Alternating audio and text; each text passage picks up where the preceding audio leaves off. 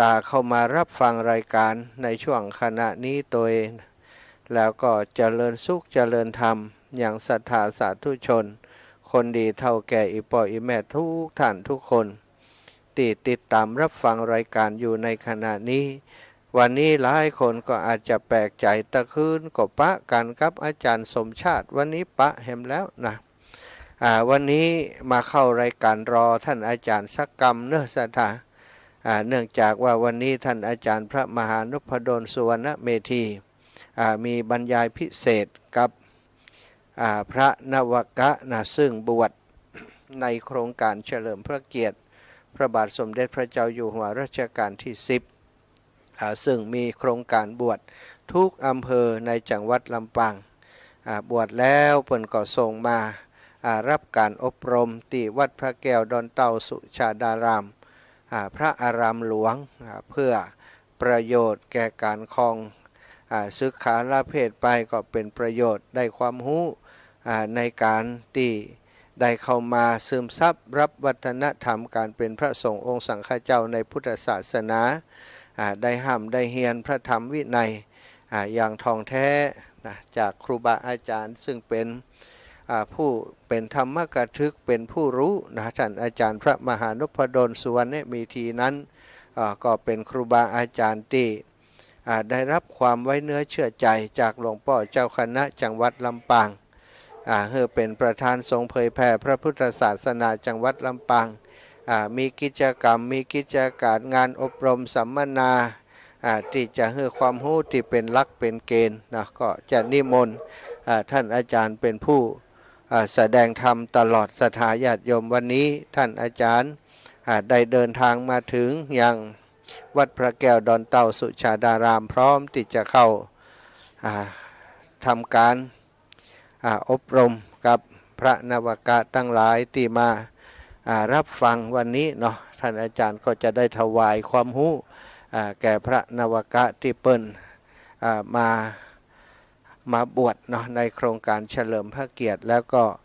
ท่านอาจารย์ก็จะได้ให้ความรู้กับต่างพระนวกะต่างๆศรัทธาอีป่ออีแม่ตั้งหลายช่วงนี้เนี่ยก็เตรียมตัวรอรับฟังก็เดี๋ยวอาตมาจะไปดูแลในส่วนของการเตรียมอุปกรณ์ให้ท่านอาจารย์สักกรรมก่อนก็เดี๋ยวถ้ารายการพร้อมแล้วก็จะตัดเข้าสู่ระบบเสียงของท่านอาจารย์พระมหานพดลสุวรรณเมธีต่อไปเนอะละเนาะศรัทธาญาติโยมอยู่ตั้งบ้านตั้งจองตอนนี้เราได้รับฟังรายการพร้อมกันกับที่วัดพระแก้วดอนเต่าสุชาดารามวันนี้ก็คงจะมีความรู้อย่างมากมายที่ท่านอาจารย์จะนำมาแบ่งปัน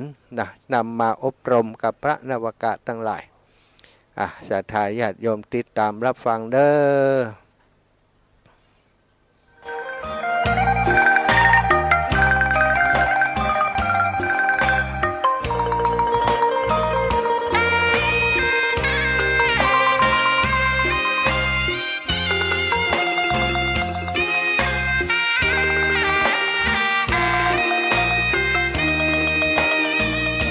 ชะตา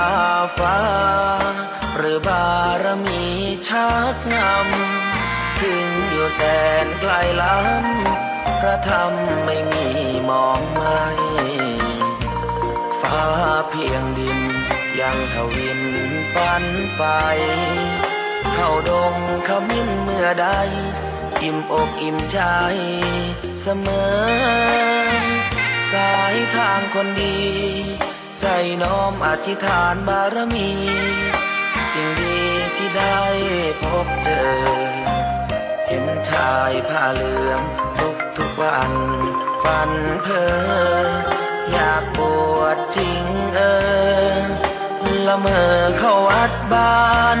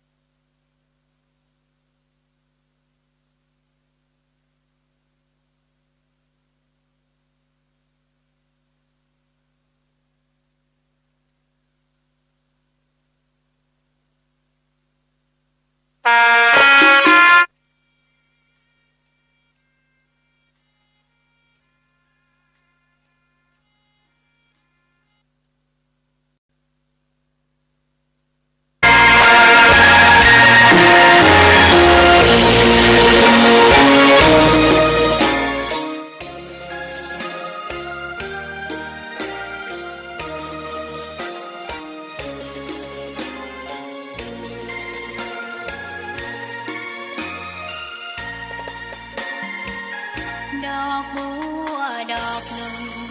พึงใจไว้เพื่อบูชาแด่องค์พระศาสดาสัมมาสัมพุทธเจ้ามีความงามเงียบไม่เปรียบเทียบเขาเทียบเราใครมองไม่งามช่างเขา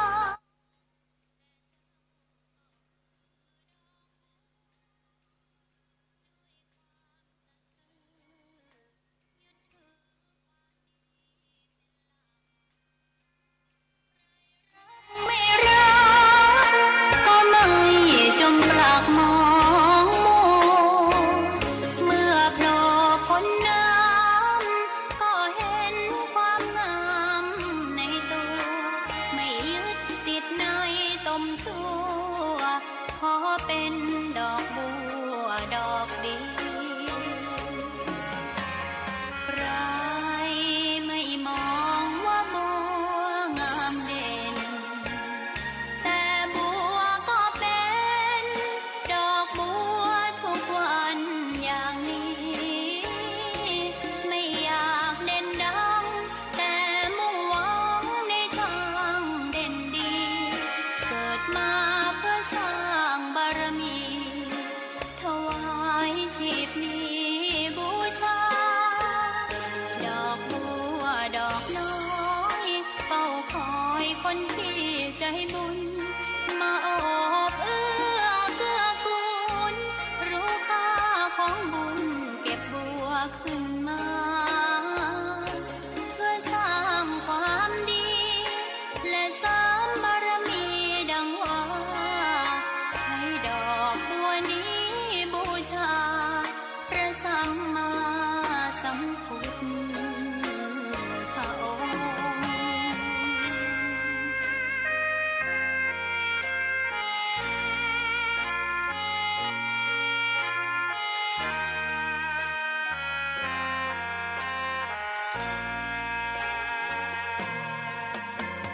ใครไม่มองว่าบัวงามเด่นแต่บัวก็เป็นดอกบัวทุกวันอย่างนี้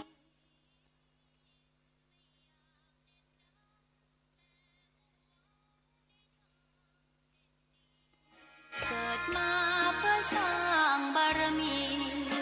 ถวายชีพนี้บูชาดอกบัวดอกน้อยเฝ้าคอยคนที่ใจบุญมาโอบเอื้อเกื้อกูลรู้ค่าของบุญเก็บบัวขึ้นมาเพื่อสร้างความดีและเสริมบารมีดังว่าใช้ดอกบัวนี้บูชาพระสัมมาสัมพุทธองค์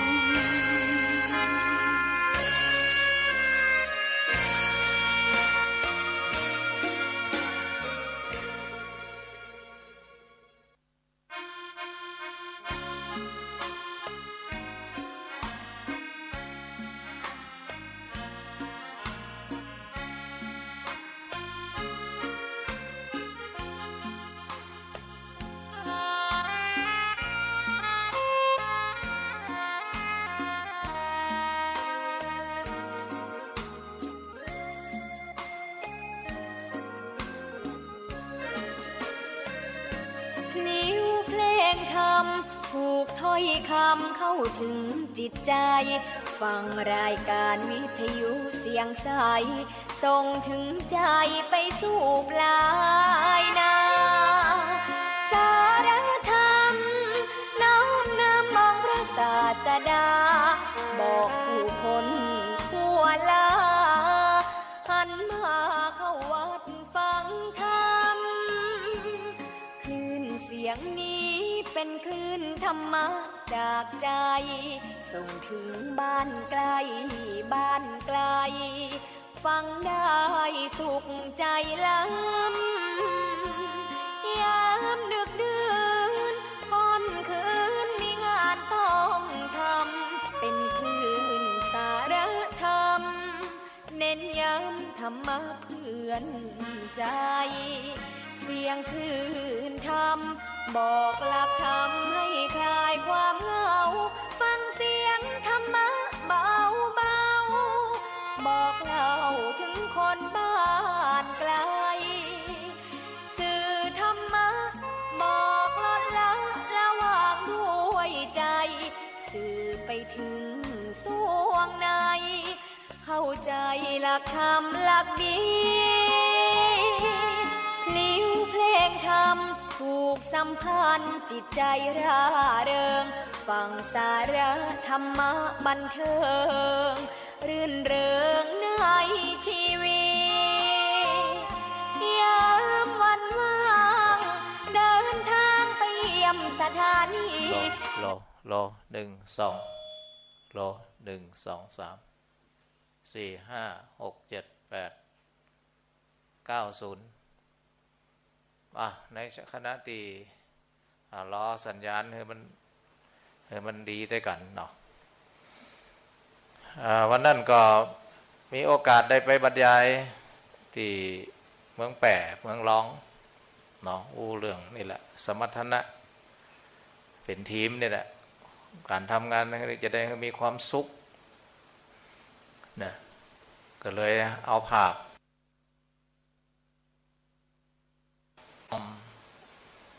สำนึกเขาได้เนาะแต่ถ้าเขาบ่มีบุญวาสนาบุญมาถึงนี่นะมองไงอย่างมันก็คัดใจไปอย่าหมดดังนั้นเราพยายามมาปรับเพราะมนุษย์นี่จะมีปัญหาอยู่3 ส่วนนั่นนะลักลดเสียงหน่อยก็ได้เหมือนก็จะหอนนะลักมันก็จะมีปัญหาอยู่3 เรื่องเนาะจุดนะ1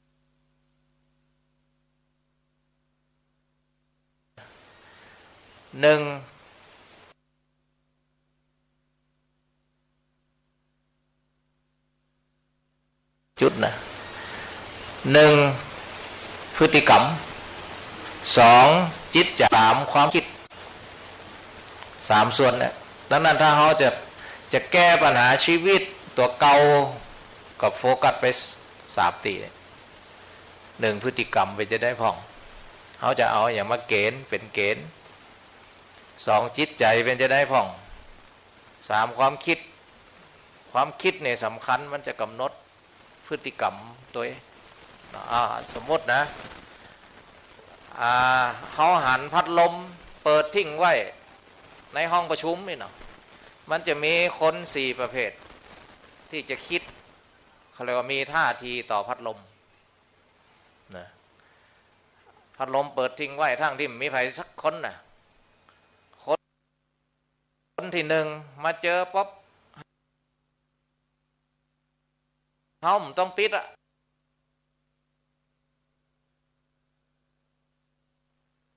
เขาเรียกว่ามีท่าทีต่อพัดลมนะพัดลมเปิดทิ้งไว้ทั้งที่มีใครสักคนนะคนที่1มาเจอป๊อบเขาต้องปิดเพราะถามมาที่เขาคิดอย่างนี้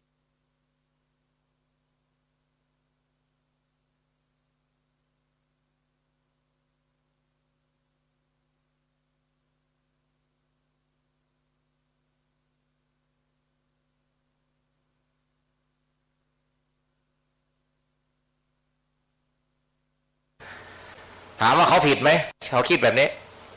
ไม่ผิดแต่สังคมจะดีขึ้นไหมมันดีก็ยังเปลืองไฟอยู่ไม่ล่ะคนประเภทที่3หันพัดลมเปิดทิ้งไว้ทั้งวิมมีใครสักคนนะวังหันพัดลมเปิดไว้งุดงิดละบ่วอกบ่พายบ่ตับปุ๊ดไผเปิดพัดลมแล้วบ่ปิดบ่รับผิดชอบนะแล้วตัวกองจะปิดนะ ขอให้ได้ด่าได้แจ้งนะคนประเภทนี้เสีย2 เด้งสุขภาพจิตตัวเก่าก็เสียส่วนรวมก็เสียไม่ล่ะนี่คนประเภทที่3คนประเภทที่4หันพัดลมเปิดทิ้งไว้เหลียวหน้าเหลียวหลังโอ้มันมีไผรู้เนี่ยเปลืองไฟมันได้ก้าเขาจะมาคิดว่าตัวเองเป็นคนเปิดหรือไม่ เขาไม่ได้คิดว่าจะมีคนมีพานลงจะมาปิดหรือไม่คิดอย่างเดียวก็คือ มันเปลืองไฟปิดดีกว่าเนาะนี่แหละคิดเชิงคุณธรรมมันจะส่งผลต่อพฤติกรรมที่เรียกว่าจริยธรรมเนาะนี่สำคัญนะความคิดพวกเนี้ยแต่ประเดี๋ยวเนี่ยเขามันเก่งแต่คิดเล็กคิดน้อยไงมันก็คิดแล้วมันสังคมบดีขึ้นนะดังนั้นเขาอยากจะได้ตีว่าแม้ตัวเราเองคิดเชิงคุณธรรมแม้แต่เรื่องขยะเหมือนกันเนาะปัจจัยพัดลมอย่างเดียวนะขยะถ้าเขาไปเจอขยะพบบางคนก็กึศเนี่ยเราไม่จำเป็นต้องเก็บเพราะเราไม่ใช่เป็นคนทิ้งเหมือนกันถามว่าผิดไหมถ้าคิดแบบนี้ไม่ผิดแต่สังคมดีขึ้นไหมมันดี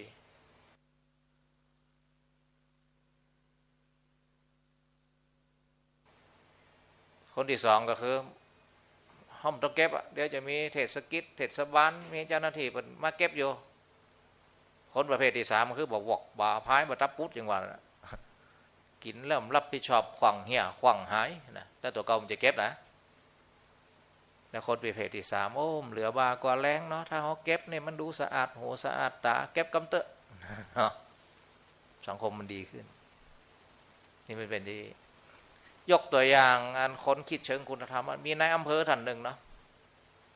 ทราบว่าหลายๆท่านนะที่เป็นข้าราชการบางคนก็เป็นหัวหน้างานเดี๋ยวมาติเขาพยายามกึดว่าหนึ่งจิตอาสาสองจิตสาธารณะคำไทยเนี่ยมันมีประดิษฐ์ประดอยเยอะเพราะอย่างเพราะว่ามันบ่งบอกถึงว่าอยากให้คนไทยเนี่ยมีทิศทางในเรื่องของความคิดจิตใจและพฤติกรรมเนี่ยมันจึงเกิดวาทธรรมวาทกรรมมากมายจิตอาสาเนอะเหมือนกันแสดงว่าอย่างมันสะท้อนถึงว่าประเดี๋ยวนี้มันเรื่องอาสาเรื่องสาธารณะของมนุษย์บ่ค่อยมีต้องกระตุ้นต้องมีนวัตกรรมต้องมีกิจกรรมนี่นะแต่ก่อนเนี่ยมันต้องมีคำพวกนี้ออกไปที่ไหนมีแต่คนจิตอาสาเคลื่อนที่เนาะนี่จิตสาธารณะจิตสำนึกพวกนี้นะมีนายอำเภอท่านหนึ่งนะนายอำเภอสุพรนะนายอำเภอสุพรเนี่ยเวลาเปิดไปทำงานเปิดต้องให้ลูกน้องมาฮับนะเปิดเดินจากบ้านพักนายอำเภอถือสูงแซ่ๆอย่านายอำเภอนะถือสูงแซ่ๆเก็บขยะไปตัวแล้วย่ำปอในคณะที่อยู่ที่ว่าการอำเภอเซ็นหนังสือเรียบร้อยยังแล้วล้างห้องน้ำถ้าเรามองเนี่ยโอ้นายอำเภอไปแย่งอาชีพของงานแม่บ้านไปล้างยังบางคนถึงว่าโอ้เงาก็มีนะบางคนนะแต่พอผู้สื่อข่าวไปถามท่านนายอำเภอทำไมถึงไปล้างห้องน้ำผมได้กึดอย่างนักเปิดว่าอย่างนั้นเปิดกึดว่าถ้าห้องน้ำตีว่าการอำเภอเนี่ยมันหอมมันสะอาดคนมาใจก็มีความสุขนะเป็นกึดเองนะผมได้กึดถึงประเด็นอื่นดังนั้นเขาพอมีเวลาเขาก็ไปล้างมีปัญหาสักอย่างนะผมก็เป็นคนอย่างนี้แหละนี่ถ้ามีคนอย่างนี้เยอะๆเนี่ยมันดูสังคมน่าอยู่ไงแล้วก็บุคลิกไหนๆก็ชื่นชมนายอำเภอแล้วนะว่าคนแบบนี้หน้าตาเป็นยังไงให้พวกเราได้ชื่นชมอนุโมทนาผมก็จะเก็บเรื่องราวของผู้นำดีๆนี่นะเอามา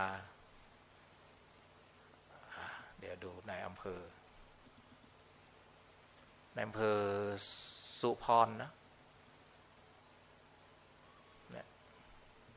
แล้วเปิดทำหลายมิตินะเรื่องเศรษฐกิจพอเพียงเรื่องอย่างนั้น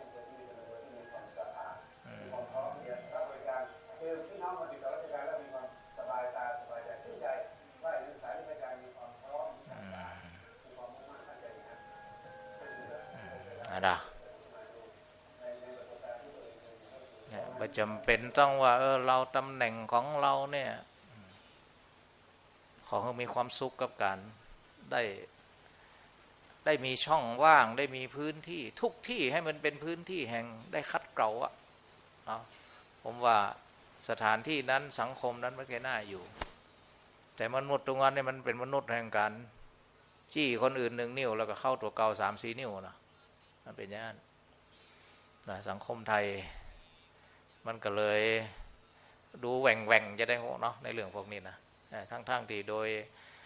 ดยกุศโลบายโดยปรัชญาแล้วเขามีพื้นฐานมาเรื่องพุทธนักนะแต่เขาบอกหูจักใจ1ไม่ถอดรหัสพร้อมถอดรหัสก็คือไปไม่เป็นนะอย่างเช่นเวลาเขาขึ้นวันใหม่เนี่ยคนตะกอนเนี่ยก่อนจะเอาอะไรขึ้นไปบ้านน่ะนะก่อนจะเอาคนเนี่ยยังเข้าไปบ้านใหม่เนี่ยเจ้าของบ้านอุ้มพระพุทธรูปเนี่ยขึ้นก่อนเราบ้านหลังเนี่ยจะอยู่จุ่มอยู่เย็นอยู่แล้วบ่มีปัญหาเจริญรุ่งเรืองนี่นะแต่ห้อมเข้าใจความหมายยังไงเปิ่นหมายความว่าในเชิงสัญลักษณ์แต่ในเชิงปรัชญาก็คือเจ้าของบ้านอยากให้จุ่มให้เย็นบ้านหลังนี้นะต้องใช้ธรรมะนำหน้านี่มันเป็นปริศนาเจ้าอีนะมันเป็นปริศนาเจ้าอีใจธรรมะนำมาอย่างแฮมตีมันเชิงสัญลักษณ์เนาะเชิงสัญลักษณ์เรื่องพระพุทธรูปนี่มันจะได้หัวแหลมเนี่ยหูยานเนี่ยถ้าถอดรหัสเป็นนะลองไปอ่านประวัติของท่านเนรูยวาฮาราเนรูนายกรัฐมนตรีอินเดียคนแรกที่ได้รับเอกราชจากอังกฤษตอนนั้นอินเดียยังเป็นหนึ่งมันก็รัฐปัญจาบเป็นรัฐแห่งความขัดแย้งตระกูลคานทีบ่ฮู้กี่คนสังเวยบอกว่าราชีพคานทีอินทราคานทีมหาตมะคานทีมันก็ถูกลอบทั้งนั้นเพราะความขัดแย้งที่รัฐปัญจาบเหมือนกันโอ้ยแมงเขาดัง เหมือนกันนะที่ท่านเนรูมาเป็นนายกรัฐมนตรีคนแรกโอ้ยยากปกครองยากรัฐปัญจาบเนี่ยนะระหว่างฮินดูกับอิสลามนะรัฐปัญจาบซิกเนาะ3นี่แหละโอ้ฆ่ากันท่านเนรูตีเขียนจดหมายถึงลูกสาวนะทั้งที่เป็นนับถือฮินดูนะแต่เวลาเปิดเจอปัญหามาเปิดบอกก่อนตอนนั้นลูกคืออินทิราคานทีเนี่ยอยู่ที่อังกฤษเรียนหนังสืออยู่เปิดกระเขียนหนังสือไปถึงลูกสาวลูกรู้ไหมตอนพ่อสิ่งหนึ่งพ่ออยากจะบอกให้ลูกรู้ว่าเวลาพ่อเนี่ยเจอปัญหาหนักพ่อมักจะปลีกตัวเองไปเข้าห้องพระคนฮินดูนี่มีเทพเจ้าหลายองค์เนาะ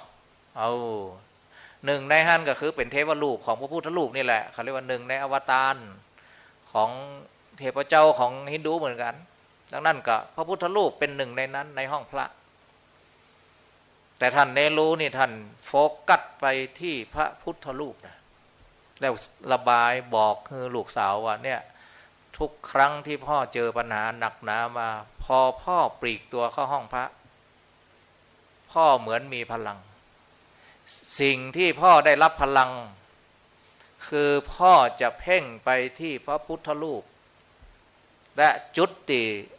ท่านเนรูเพ่งไปคืออย่างที่บอกให้ลูกสาวนะคือตากับปากตาพระเนตรของพระพุทธรูปให้พลังอะไรกับท่านเนรูส่งเหมือนกับได้รับธรรมะว่าเหมือนกับพระพุทธเจ้าเนี่ยไม่ได้ทิ้งลูกหลานอินเดียไปไหนท่านยังให้กำลังใจลูกหลานอยู่ก็คือตามองต่ำเนี่ยก็คือให้จิตสงบประการที่สองก็คือดูเพ่งไปที่พระพุทธรูปริมฝีพระโอษฐ์เนี่ยริมฝีปากเนี่ยจะยิ้มน้อยๆท่านเนรูก็น้อมนำเอาพลังติบรอยยิ้มจากพระพุทธรูปเนี่ยมาเติมพลังจิตตัวเก่าก็คือพระพุทธองค์ไม่ได้หนีจากลูกหลานชาวอินเดียไปไหนยังสั่งสอนให้กำลังใจลูกหลานชาวอินเดียว่าให้ยิ้มสู้ชีวิตนะหลังจากเข้าห้องพระมันเหมือนได้พลังทิพย์แต่มันอยู่ที่คนใจนะบางคนนี่ ไปก็ขอหวย3 ตัวมันก็ พอพระพุทธรูป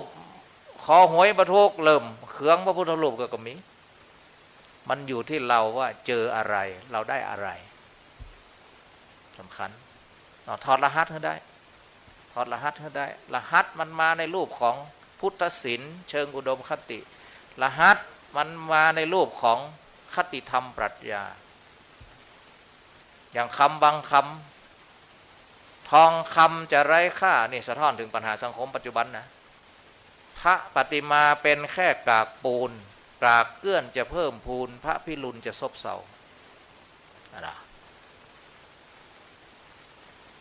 นั่นหมายความว่าจะได้ทองคำจะไร้ค่าก็คือพระธรรมว่าจะทองคำที่เขาขายทั่วไปนะทองคำนั้นแป้งอย่าตายเนาะ คำว่าทองคำจะไร้ค่าก็คือพระธรรมคำสอนของพระพุทธเจ้าจะมีคนที่ไม่ใส่ใจเห็นว่าไร้ค่านี่ทองคำจะไร้ค่าพระปฏิมาเป็นแค่กากปูนบ่ไว้บ่สาบ่น้อมนำธรรมะจากพระพุทธรูปมาเป็นแรงบันดาลใจมาเกิดทิฏฐานุคติเกิดแรงบันดาลใจคนตะกอนเนี่ยมีพระพุทธรูปนอกจากในเชิงสัญลักษณ์ในเชิงปรัชญาหรือแม้กระทั่งเวลาเอาพระพุทธรูปติดเนื้อติดตัวไปเนี่ยเกิดสติเกิดละอายใจตัวเกรงกลัวต่อบาปนะไม่ก็คนตะกอนเนี่ยพระพุทธรูปห้อยคอเนี่ยลองไปงานน่ะเปิ่นเอาเหล้าเฮ้อพอนึกถึงพระพุทธรูปโอ้มีองค์พระอยู่บักกายกแก้วเหล้าข้ามหัวพระพุทธรูปนี่คือตะกอนนะโอ้ยอายมึงกินนะมึงกินนะมาเดียวมึงเกรงใจพระพุทธรูปแล้วทำสดข้ามหัววุ่นวันเดี๋ยวเมาตึงคนตึงพระนะพระเลยไม่ปกป้องรักษานี่มันมีปรัชญามันมีคติมันมีอุดมคติอยู่ดังนั้นมันอยู่ที่เฮาจะเลือกใจได้จะได้แต่คนโบราณแต่ก่อนเป็นในเชิงสัญลักษณ์นักเนาะอย่างเช่นไม้กั้มสีเนี่ยมันจะใดมากั้มสีบางทีเปิ่นก็สอนโดยตรงเปิ่นก็สอนว่าไม้กั้มก็เหมือนพุทธบริษัทต้นโพต้นสีเนี่ยหมายถึงศาสนาเปิ่นพยายามสอนให้ลูกหลานว่าเฮาทั้งหลายเนี่ยต้องกั้มยันพระพุทธศาสนาไว้เนอะอย่าให้มันหักอย่าให้มันโค่นนะนี่คือในเชิงปรัชญาจริงๆในเชิงสัญลักษณ์ดังนั้นเฮาทั้งหลายก็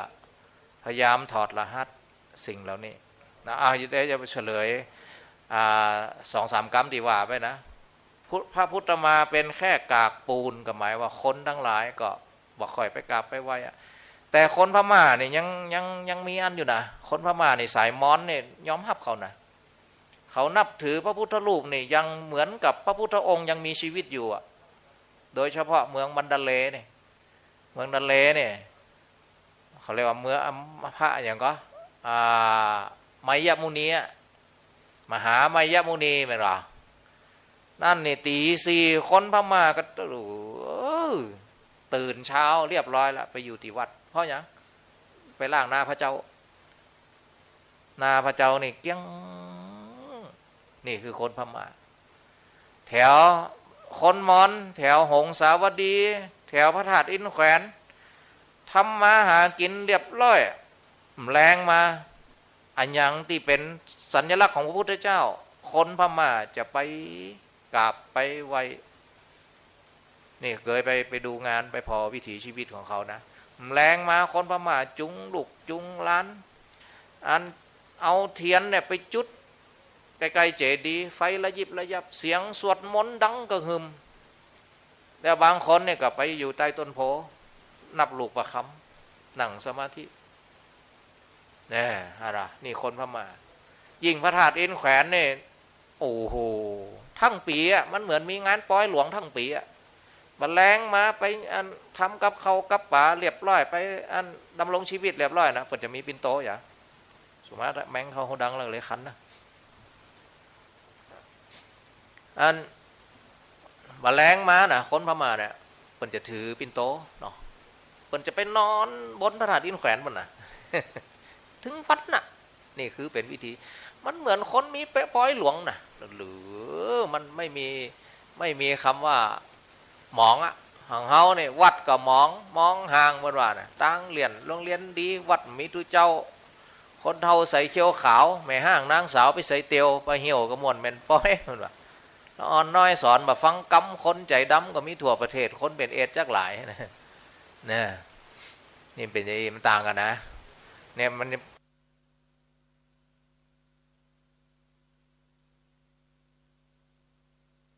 คนโบราณบอกว่าพระปฏิมาก็เป็นแค่กาก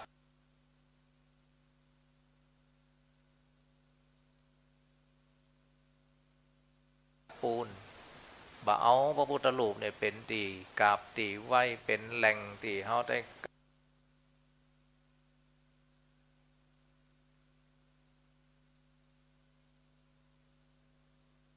เตือนลดมานะละทิฏฐิดำริชอบประกอบทางกุศลเนี่ยมันไว้อย่างนั้นนะ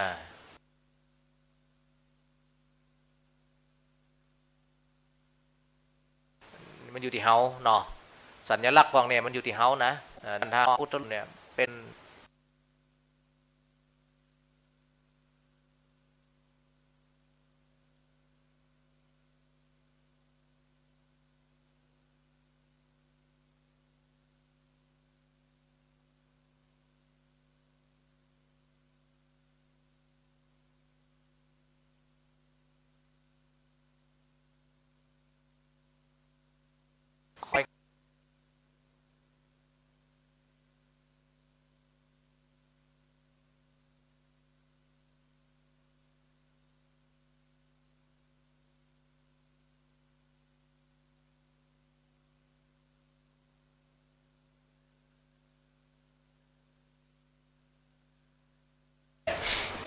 เป็นมีห้องพระทำไมมหาธรรมคันธีมีแรงบันดาลใจในการเรื่องใจหลักอหิงสาต่อสู้กับอังกฤษแต่แล้วก็คือได้แรงบันดาลใจจากคุณแม่นะเพราะวันพระของฮินดูมาแม่มหาธรรมคันธีเนี่ยจะบ่มอยู่ในห้องอย่างสวดมนต์ถือศีลอดวันค่ำนี่คือวันพระของเพิ่นจะอันเลยนะคนฮินดูแล้วแม่ของมหาธรรมคันธีแล้วก็ลูกหลานเนี่ยมหาธรรมคันธีกับปีน้องๆเนี่ยมักจะเอ็นดูแม่ตาส่องพอว่าแล้วกลายเป็นว่ามันเป็นภาพจำเนาะภาพจำสิ่งที่แม่ทำให้ดูอยู่ให้เห็นกลายเป็นแรงบันดาลใจลึกๆให้กับลูกๆอย่างหลวงพ่อพุทธทาสก็เหมือนกันได้อะไรเยอะจากแม่แม่ก็ทาสวัน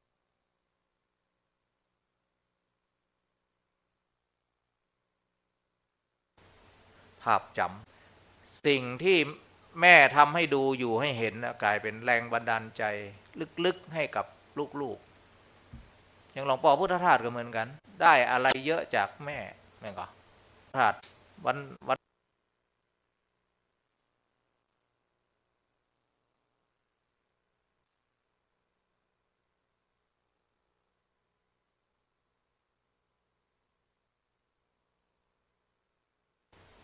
ภาพจำสิ่งที่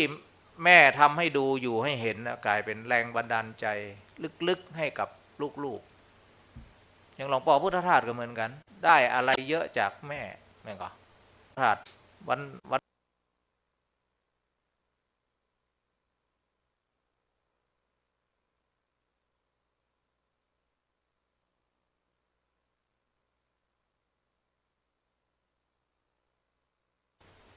ภาพจำสิ่งที่แม่ทำให้ดูอยู่ให้เห็นกลายเป็นแรงบันดาลใจลึกๆให้กับลูกๆอย่างหลวงพ่อพุทธทาสก็เหมือนกันได้อะไรเยอะจากแม่แม่ก็ทาสวัน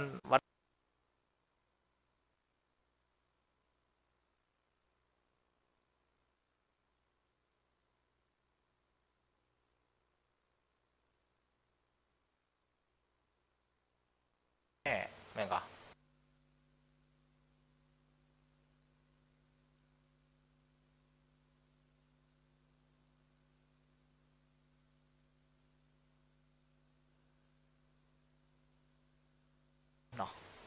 ภาพจำสิ่งที่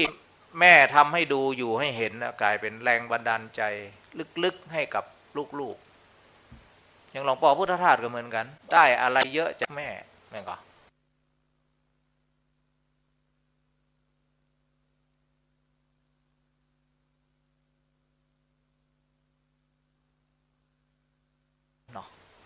ภาพจำสิ่งที่แม่ทำให้ดูอยู่ให้เห็นนะกลายเป็นแรงบันดาลใจลึกๆให้กับลูกๆอย่างหลวงพ่อพุทธทาสก็เหมือนกันได้อะไรเยอะจากแม่นั่นก็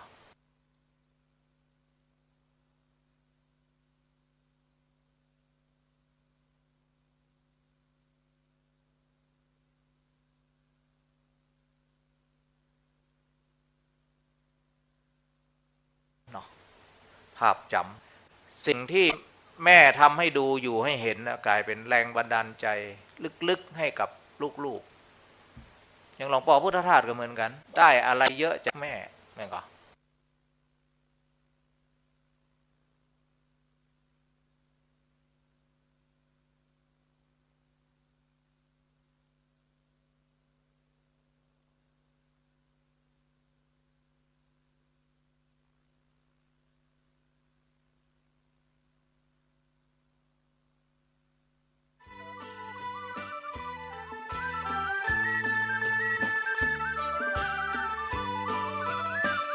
พจน์กับ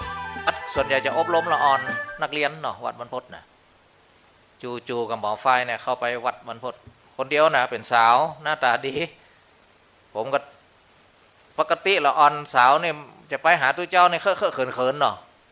อันนี้เข้าไปหาไปถามแนะนำตัวเก่าเนี่ยหนูทำงานอยู่โรงพยาบาลหนูจบใหม่พระอาจารย์รับอบรมเจ้าหน้าที่ไหมเนี่ยว่านะเนี่ยหนูจะพาน้องๆมาไม่รู้เท่าไหร่นะเดี๋ยวหนูจะชวนเข้ามาถ้าพระอาจารย์รับเนี่ยอาจจะวันศุกร์เสาร์อาทิตย์เอาได้ไม่มีปัญหาหรอกปรากฏว่าหมอฝ้ายแล้วก็จวนเปื่อนที่จบมาแล้วก็น้องๆที่ทำงานที่โรงพยาบาลเสริมงามได้18 คนนะก็มานะปีต่อมาก็จวนกันมาแฮมได้23 คนมาทุกปีก็คุ้นเคยกันเนาะตอนหลังมาจะแต่งงานมาปรึกษาพระอาจารย์เนี่ยหนูอยากเขาเปิ่นมาปฏิบัติธรรมกับผมแล้วก็ได้หูแนวคิดบางอย่างที่ผมจะมักจะแบ่งเวลาใครมาอบรมเนี่ยจะพูดเรื่องการอบรมเลี้ยงดูลูกสักวันหนึ่งเรื่องประเด็นเรื่องการที่เป็นพ่อเป็นแม่ที่ดีวันหนึ่งเนี่ยก็ประเด็นแบบนี้พอดีหมอไฟแต่งงานก็เลยปรึกษาพระอาจารย์เนี่ยหนูก็อยากนิมนต์พระอาจารย์ไปให้ข้อคิดทั้งสามีแล้วก็ทั้งญาติหนูจะจัดแต่งงานที่โรงแรมเวียงละครได้ไม่มีปัญหาเนาะไปวันแต่งงานนะไปโรงแรมนะผมบ่าวจะ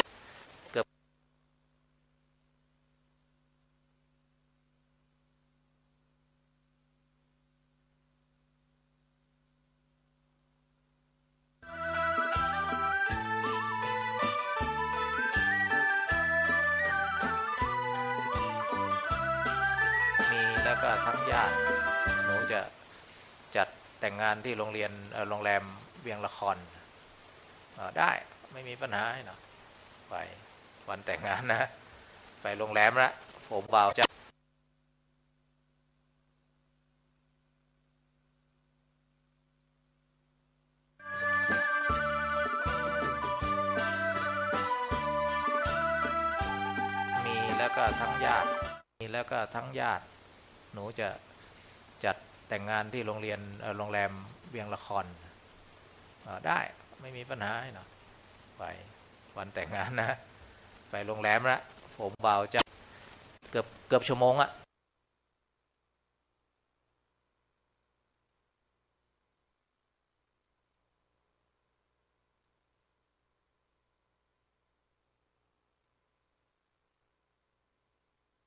มีแล้วก็ทั้งญาติหนูจะจัดแต่งงานที่โรงแรมเวียงละครได้ไม่มีปัญหาเนาะไปวันแต่งงานนะไปโรงแรมนะผมบ่าวจะ เกือบชั่วโมงอะ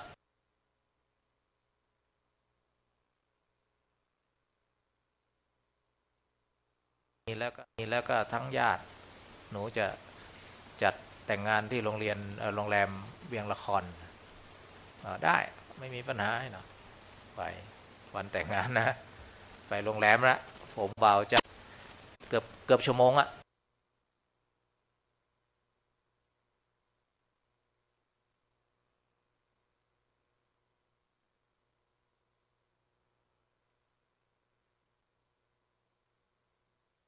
แล้วก็ทั้งญาติหนูจะจัดแต่งงานที่โรงเรียนโรงแรมเวียงละครได้ไม่มีปัญหาเนาะไปวันแต่งงานนะไปโรงแรมละผมบ่าวจะเกือบชั่วโมงอะ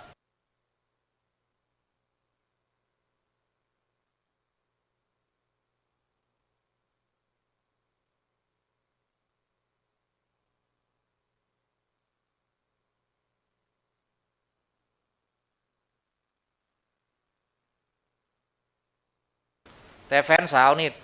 ไหวตัวทันวิ่งก็ห้องน้ำละออนเขานี่ยิงลุงซึ่งกำลังดูทีวีอยู่แล้วปรากฏว่าทีมวิจัยเขาไปสัมภาษณ์เด็กแล้วก็ไปสัมภาษณ์แม่หัวใจเขาเนี่ยที่จบม.6โรงเรียนดังด้วยนะแม่ก็ขึ้นถึงแต่พฤติกรรมที่พอรู้ได้แต่ก่อนนี่แม่ดีใจตีลูกแมวแต่แม่ลู่อย่างเดียวก็คือแอบเห็นลูกนี่เล่นเกมปืนตลอดนะโลกเสมือนจริงของเขา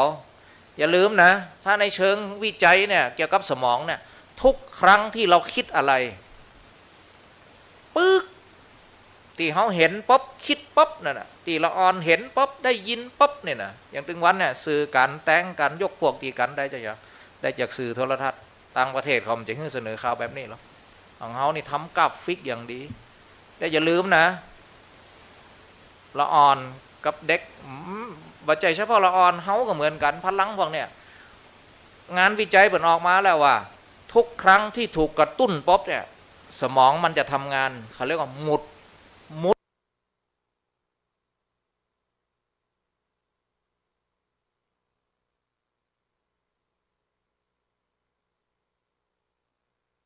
มันได้ปักหมุดความรุนแรงไว้ในสมองเรียบร้อยแล้วนะมันเหมือนแมงมุมหนึ่งครั้งหนึ่งใหญ่ยิ่งละออนสะพายมันจิตเรื่องการคิดอันยังควรบักควรเนี่ยมันมีมันนักอะก๊อปปี้เคสมันจะมีล้วนๆเลยเนาะละออนจู่ๆหนังอยู่มได้เป็นละออนนั่นนี่ละออนอนุ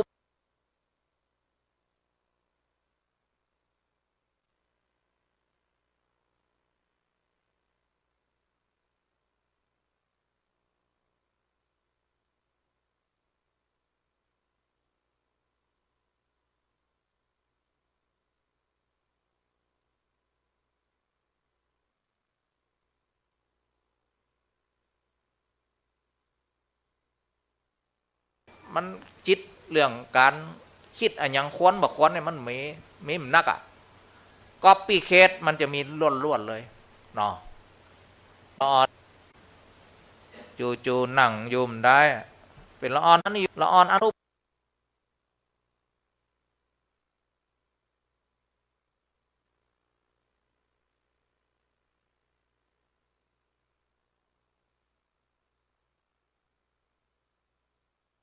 มันจิตเรื่องการคิดอันยังควรบักควรเนี่ยมันมีมันนักอะก๊อปปี้เคสมันจะมีล้วนๆเลยเนาะละออนจู่ๆหนังอยู่มได้เป็นละออนนั่นนี่ละออนอนุ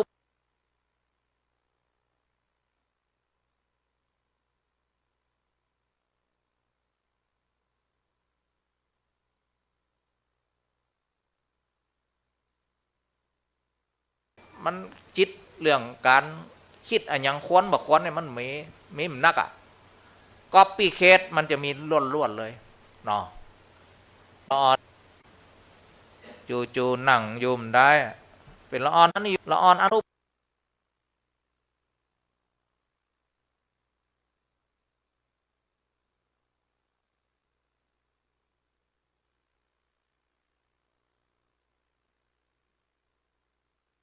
มันจิตเรื่องการ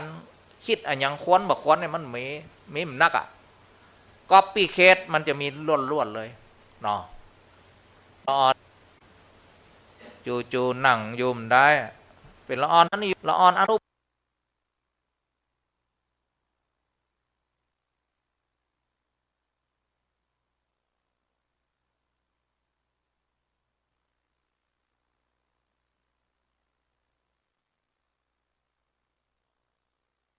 ช่วยและไม่มักจะติดจะไม่ตัดสินปัญหาด้วยความรุนแรงอันนี้ก็อยากวิเคราะห์ให้หมู่เฮาเนาะว่าละออนเดียวเนี่ยว่าจะเจอตู้เจ้าก็เจออย่างกับมันกับบ่เมินแต่ว่าอยู่กับหมู่เฮาซึ่งเป็นคนครอบครัวหมู่เฮาต้องฮู้ต้องชิงพื้นที่ไม่ใช่ว่าปล่อยเขาละตามนี่เลยต้องชิงพื้นที่สังคมบำบัดเนี่ยจะได้พ่องสังคมบำบัดก็เวลามีงานทันงานนี้ไปกับพ่อลูกไปกับพ่อปะแล้ววันน่าละอ่อนพวกเนี้ยมันก็จะอยู่ด้วยสังคมบำบัดมีจิตอาสาได้ไปเสิร์ฟน้ำก็ยังก็นี่ลูกอยู่บ้านเนอะเดี๋ยวปอไปลุยคนเดียวไม่ได้บทบาทสมมุตินี่ปอก็ต้องเล็งให้เห็นผลนี่ก็เรียกว่าสังคมบำบัดศาสนาบำบัดก็ไปละยิ่งถ้าไผ่เข้าใจเรื่องประเด็นศาสนาแต่จะไปด่วนเพราะสิ่งเหล่านี้มันค่อยเป็นค่อยไปกว่าจะทรงต่ออย่างด็อกเตอร์อาจองค์เนี่ยเปิ่นเก่งเรื่องนั่งสมาธิเป็นนักวิทยาศาสตร์เนาะเปิ่นก็ตั้งโรงเรียนสัตยาสัยที่ลพบุรีท่านก็เอาดีมาก่อนเก่งเปิ่นก็ทุกชั่วโมงให้เด็กค่อยๆนั่งสมาธิ5 นาทีก่อนเรียนก่อนนอนมาเล่านิทานสีขาวให้ลูกหลานฟังนะแล้วละออนเนี่ยเป็นคนดีแต่เนี่ยเดี๋ยวหับสายหน่อยนึงเจริญพรอาจารย์เจ้าว่าสัญญาณดีเลยฟังวิทยุขาดหายแย่นี่โทรจังไหนก็เรียกกับเป้านิ่มได้เจ้าฝนตกก็ตกกับเจ้าน่ะมันสัญญาณมันใครดีเนาะฝนตกเจ้าได้ขาดหายฟังก็เหมือนสัตว์รักไปจัดเบิ้ลเดียวปูเดียวได้เจริญพรเจริญพรเจริญพรนั่นยังเป่านั่นเอามาหมอเดี๋ยวกันเจริญพรมาสักการเจ้าปิดวิทยุก่อนรายงานตัวใครนะฮะร่องวัวแดงยายฟอนร่องวัวแดงสันกับแป้งเนาะฝนตกกระปุ้นกะ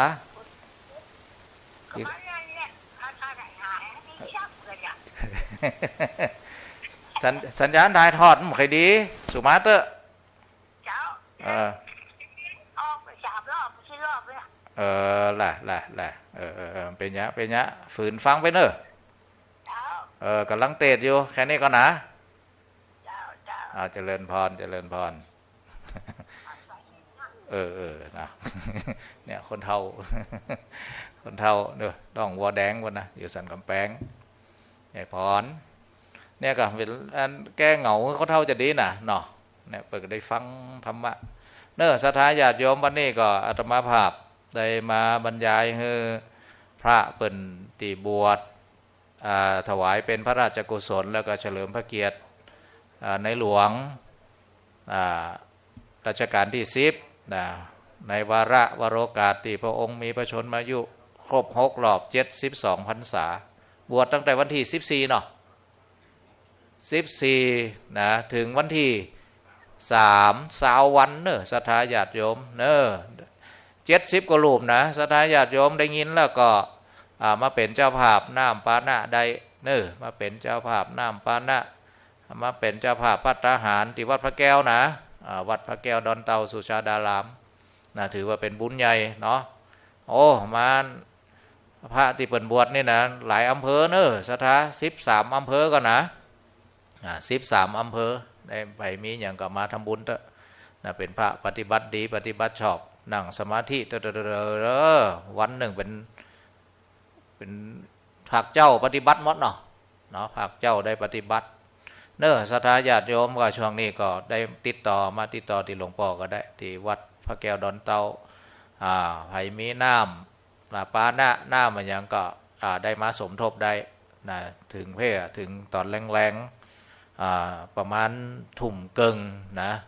ให้กลางวันบัสะดวกก็สักทุ่มเกิงก็มาถวายน้ำปานะได้เนอะศรัทธาญาติโยมอันนี้ก็ถือโอกาสวันนี้ได้มาบรรยายแล้วก็ได้มาพบปะมาให้กำลังใจพระนวกะนะก็มีทั้งข้าราชการมีกำนันผู้ใหญ่บ้านมีพี่น้องท้องถิ่นนะศรัทธาญาติโยมได้มาบวชอุปสมบทที่นี่เนอะดังนั้นก็ประกาศเอาละส่งสัญญาณไปทางบ้านอย่าน้อยก็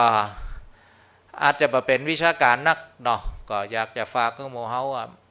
ถ้าเฮาถอดรหัสเป็นนะแม้แต่ลูกลูกสมมติว่าเขาจะใจดนตรีบำบัดดนตรีบำบัดเขาต้องเข้าใจศาสตร์เรื่อง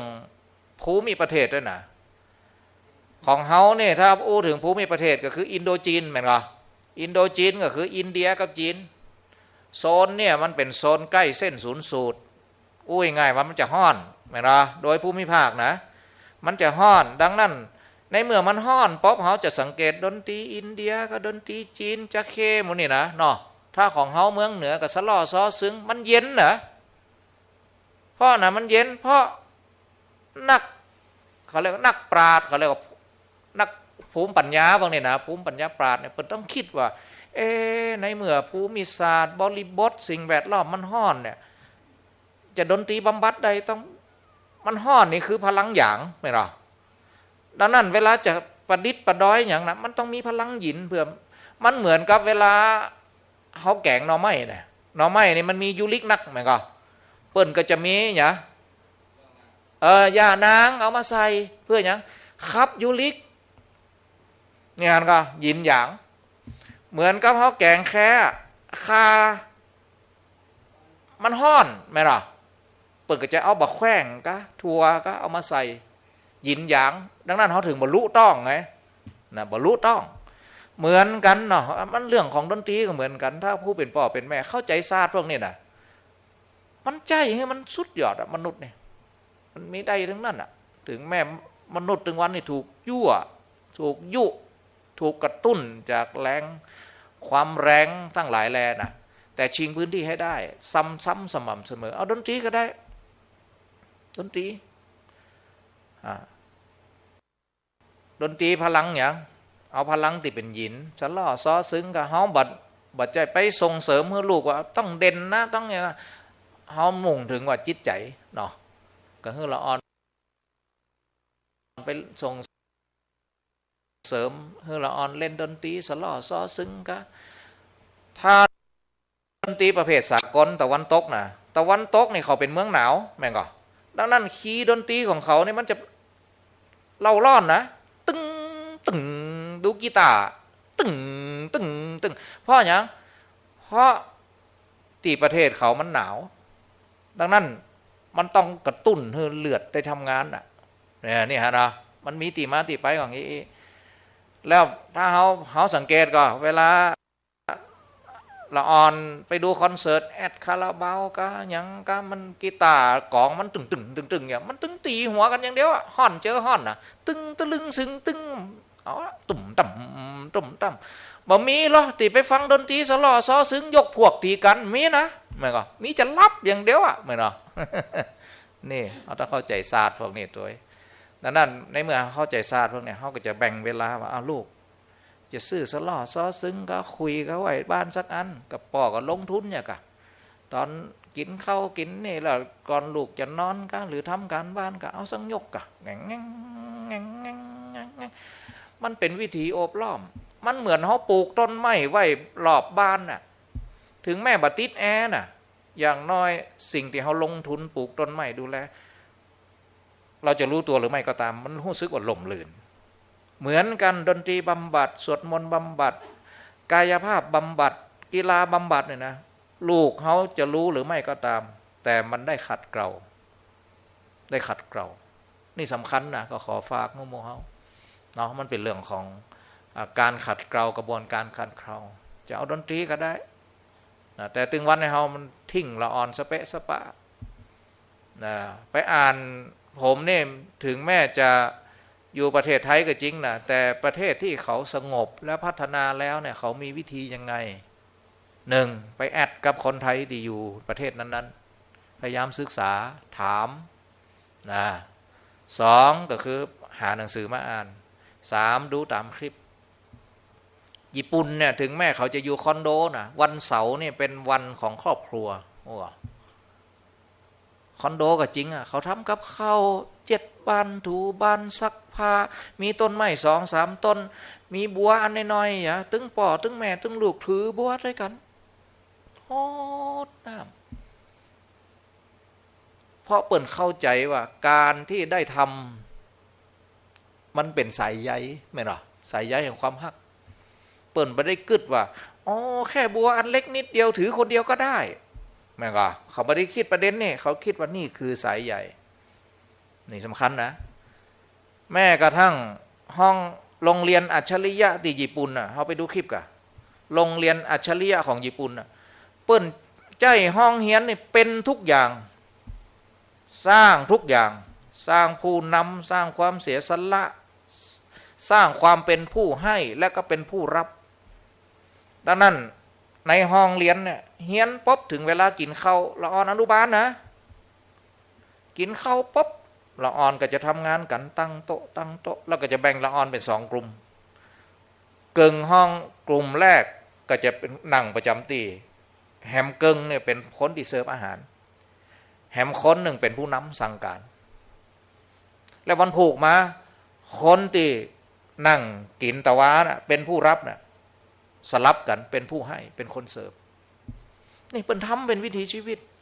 เอาไปดูเนาะนี่คือญี่ปุ่นนะดังนั้นเป็นเรื่องวินัยก็เรื่องน้ำใจก็ไม่ปัญหาแต่ของเขาเนี่ยคุณธรรมจริยธรรมมีตัวชี้วัดเป็น20-30เป็น50-60หรือทียิบแต่เอาเข้าจริงๆไม่ได้เป็นวิถีชีวิตอย่างโรงเรียนน่ะ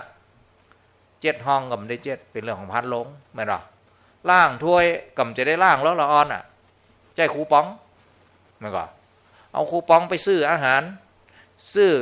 ได้ถ้วยมาป๊อบกินป๊อบตัวไปตัวมันอ่ะกินป๊อบก็เอาถ้วยไปวางที่อ่างเจ้าของอาหารล่างคนเดียวไม่มีกระบวนการทางสังคมที่จะทูแชร์ทูแคร์ทูเกตเตอร์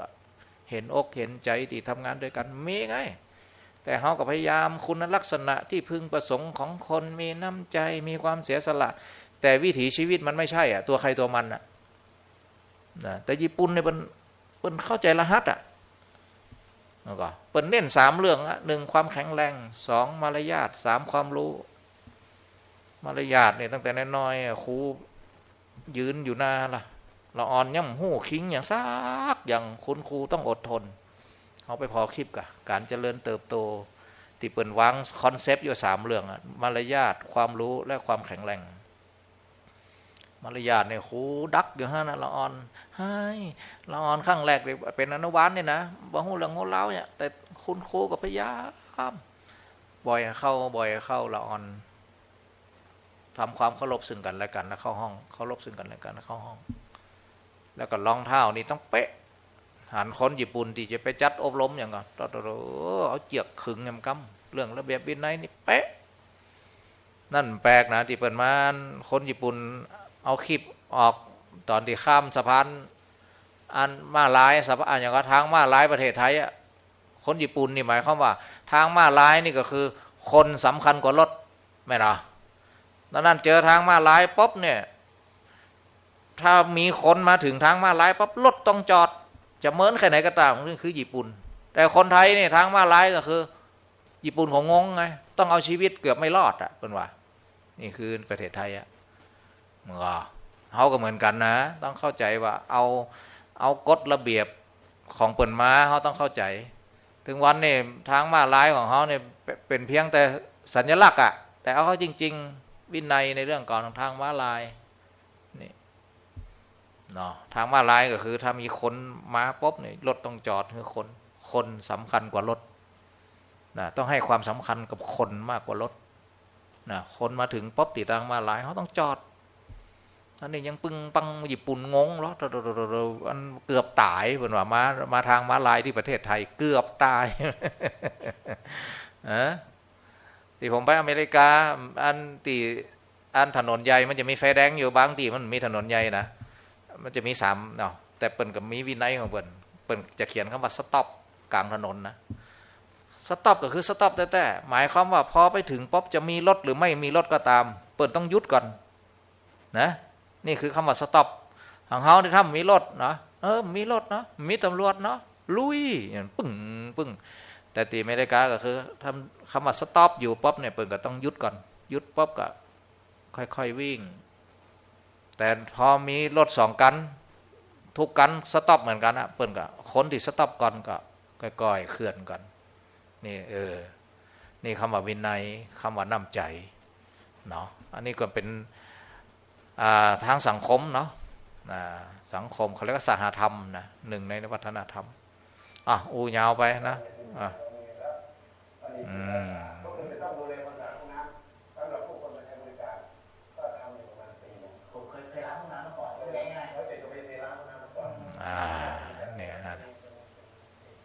นี่นายอำเภอ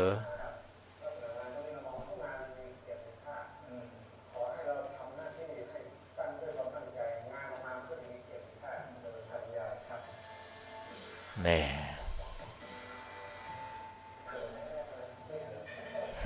นะ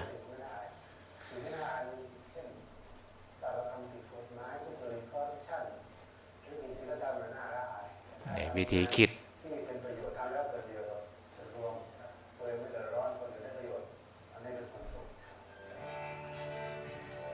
ดูบุคลิกดูบุคลิกของนายอำเภอนะเนี่ยนะบัดเจ้ายศเจ้าอย่างเนี่ยก็เนี่ยเป็นกันเองนะเป็นกันเองเนี่ยเขาเรียกว่าบริการดุจญาติแต่ปัจจัยไปก้าวไกลนะคล้ายๆว่าไปทักไปท้ายให้กำลังใจคนทำงานด้วยให้ความเป็นกันเองกับเจ้าบ้านเจ้าจองเนี่ยมีความสุข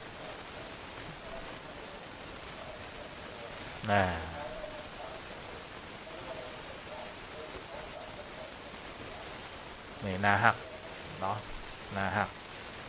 ก็มีหลายกรณีนะหมอเทวดาเนาะเคยได้ยินข่าวก็หมอเทวดาดูวิธีคิดของเปิ้นนะทำไมทีมพยาบาลถึงเรียกว่าเป็นหมอเทวดาเพราะนายแพทย์สมเกียรติเขาเนี่ยทำงานอยู่โรงพยาบาลราชบุรีนะนายแพทย์สมเกียรติปรากฏว่าใจโทรศัพท์ก็บ่ต้องหรูนะคนบอกกับผมก็ไม่ได้ใช้อะไรเนี่ยไม่ต้องมีออปชั่นชีวิตเยอะนะบอกว่าแค่รับและปรากฏผมไม่ต้องเปิดคลินิกเปิดกับคำนวณดูแล้วค่าขึ้นวอร์ดค่าขึ้นเวรของท่านเนี่ยเหลือกินนี่นะที่เปิดไปเปิดคลินิกนะแล้วพอผมได้เปิดคลินิกเปิดมีความคิดว่าจะได้เคสไหนที่ยังไม่เรียบร้อยผมกลับมาบ้านปุ๊บคนนี้ยังน่าเป็นห่วงอยู่2-3 ทุ่มเปิดก็จะทั้งติปัจจัยอันนี้ของเปิดนะเปิดดูแล้วว่าเนี่ยพอเปิดคลินิกพลังมันเหลือไงเนาะถ้าเปิดคลินิกก็อ่อนละเพี้ยละอีกอะแต่พอมันมีพลังเหลือปุ๊บเนี่ยเปิดไปแล้วย่อมพอเวลาไปประชุมที่ไหนเปิดก็มักจะเข้าใจลูกน้องว่า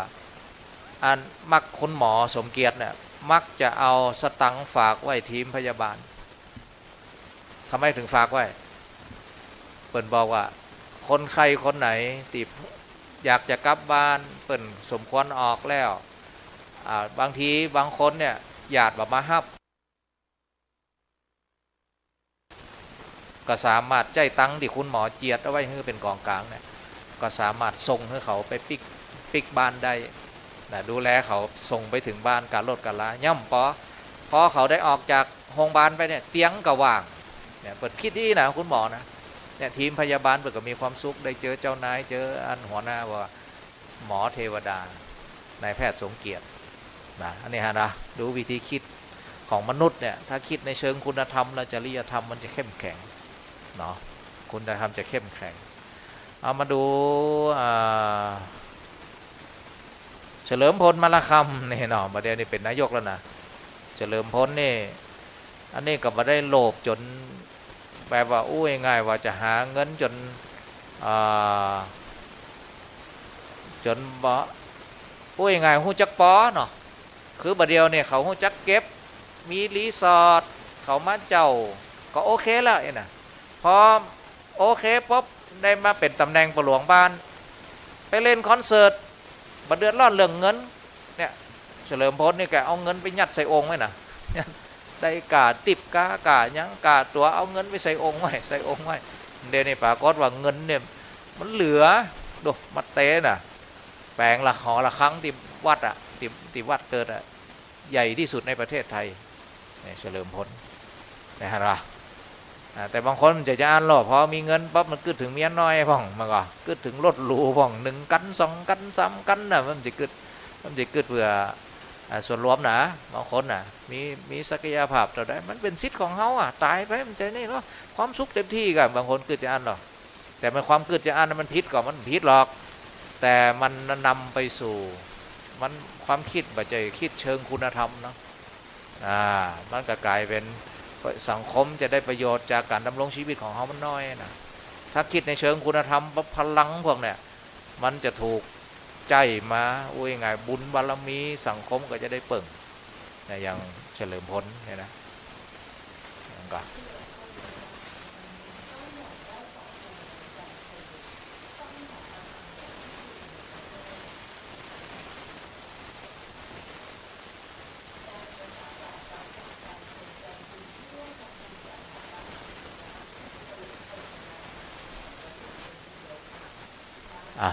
ก็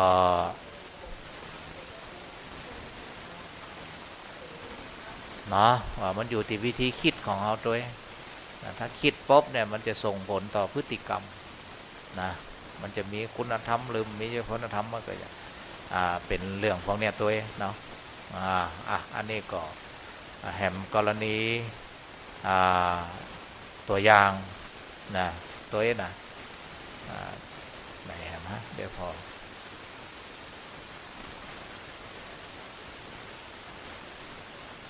มาดูคลิปเนาะคลิปเดี๋ยวหน่อย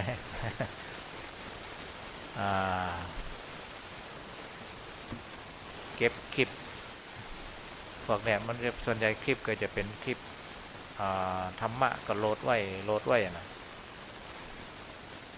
การให้ผมไปอ่านเด็กหญิงคนหนึ่งเนาะอยู่นี่หรือเปล่าเดี๋ยวดูเด็กหญิงคนหนึ่งเดี๋ยวก่อนมันมีกรณีเด็กน้อย100 ล้านอันนี้ก็ประทับใจเหมือนกันนะนี่มันเวลาคิดในเชิงคุณธรรมเนี่ยเนาะพอว่าขนาดละอ่อน5 ขวบสามารถทำความดีช่วยเหลือเพื่อนมนุษย์อยู่ต่างทวีปแอฟริกาเป็นหลายหมื่นคนนี่คือชื่อแคทเธอรีนนะชื่อเด็กหญิงแคทเธอรีนวันหนึ่งเนี่ยมาดูโทรทัศน์เนาะพอดูโทรทัศน์แม่กำลังทำกับข้าวอยู่แคทเธอรีนเนี่ยลูกสาวเนี่ยอันก็กำลังดูโทรทัศน์พอดีโทรทัศน์มันเป็นสารคดีเกี่ยวกับแอฟริกาในเนื้อหาก็คือเด็กแอฟริกาจะตาย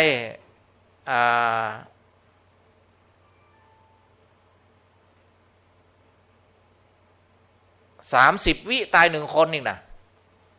เนี่ยกะออกข่าวนะ30 วิตาย1 คนเนี่ยฮะเนี่ยเฉลี่ย30 วิจะมีเด็กคนหนึ่งตายเพราะไข้มาลาเรีย1 คนเพราะเด็กหญิงแคทเธอรีนเนี่ยได้เสพข่าวแค่เนี่ยคนมีบุญเนาะคนมีบุญนะปรากฏว่ายกนิ้วมายกนิ้วขึ้นมานับนะ1 2 3 4 5นับ1 30ถึง30คือ30 วินะแล้วตะโกนบอกแม่รู้ไหมหนูนับนิ้ว30 นิ้วเนี่ย30เนี่ยถึง30เนี่ยเด็กแอฟริกาตาย1 คนแล้วนะแม่ แม่ก็ย้อนถามว่ากับแม่อยู่ในห้องครัวนะทำไมเขาถึงตายเป็นไข้มาลาเรียลูกสาวก็ถามลูกสาวก็ตอบไปไข้มาลาเรียแม่ก็นะอ๋อที่แอฟริกามันยุงเยอะเอ้าทำไมยุงเยอะเขาไม่มีมุ้งหรือแม่ก็บอกว่าประเทศแอฟริกาเป็นประเทศยากจนเขาไม่มีเงินซื้อมุ้งหรอกจบการสนทนาเนี่ยแต่ว่าแค่หู้ข้อมูลแค่เนี้ยละอ่อนคนนี้คิดจะได้หัวแม่ไม่รู้แต่อีก7 วันผ่านมาโรงเรียนโทรมาหา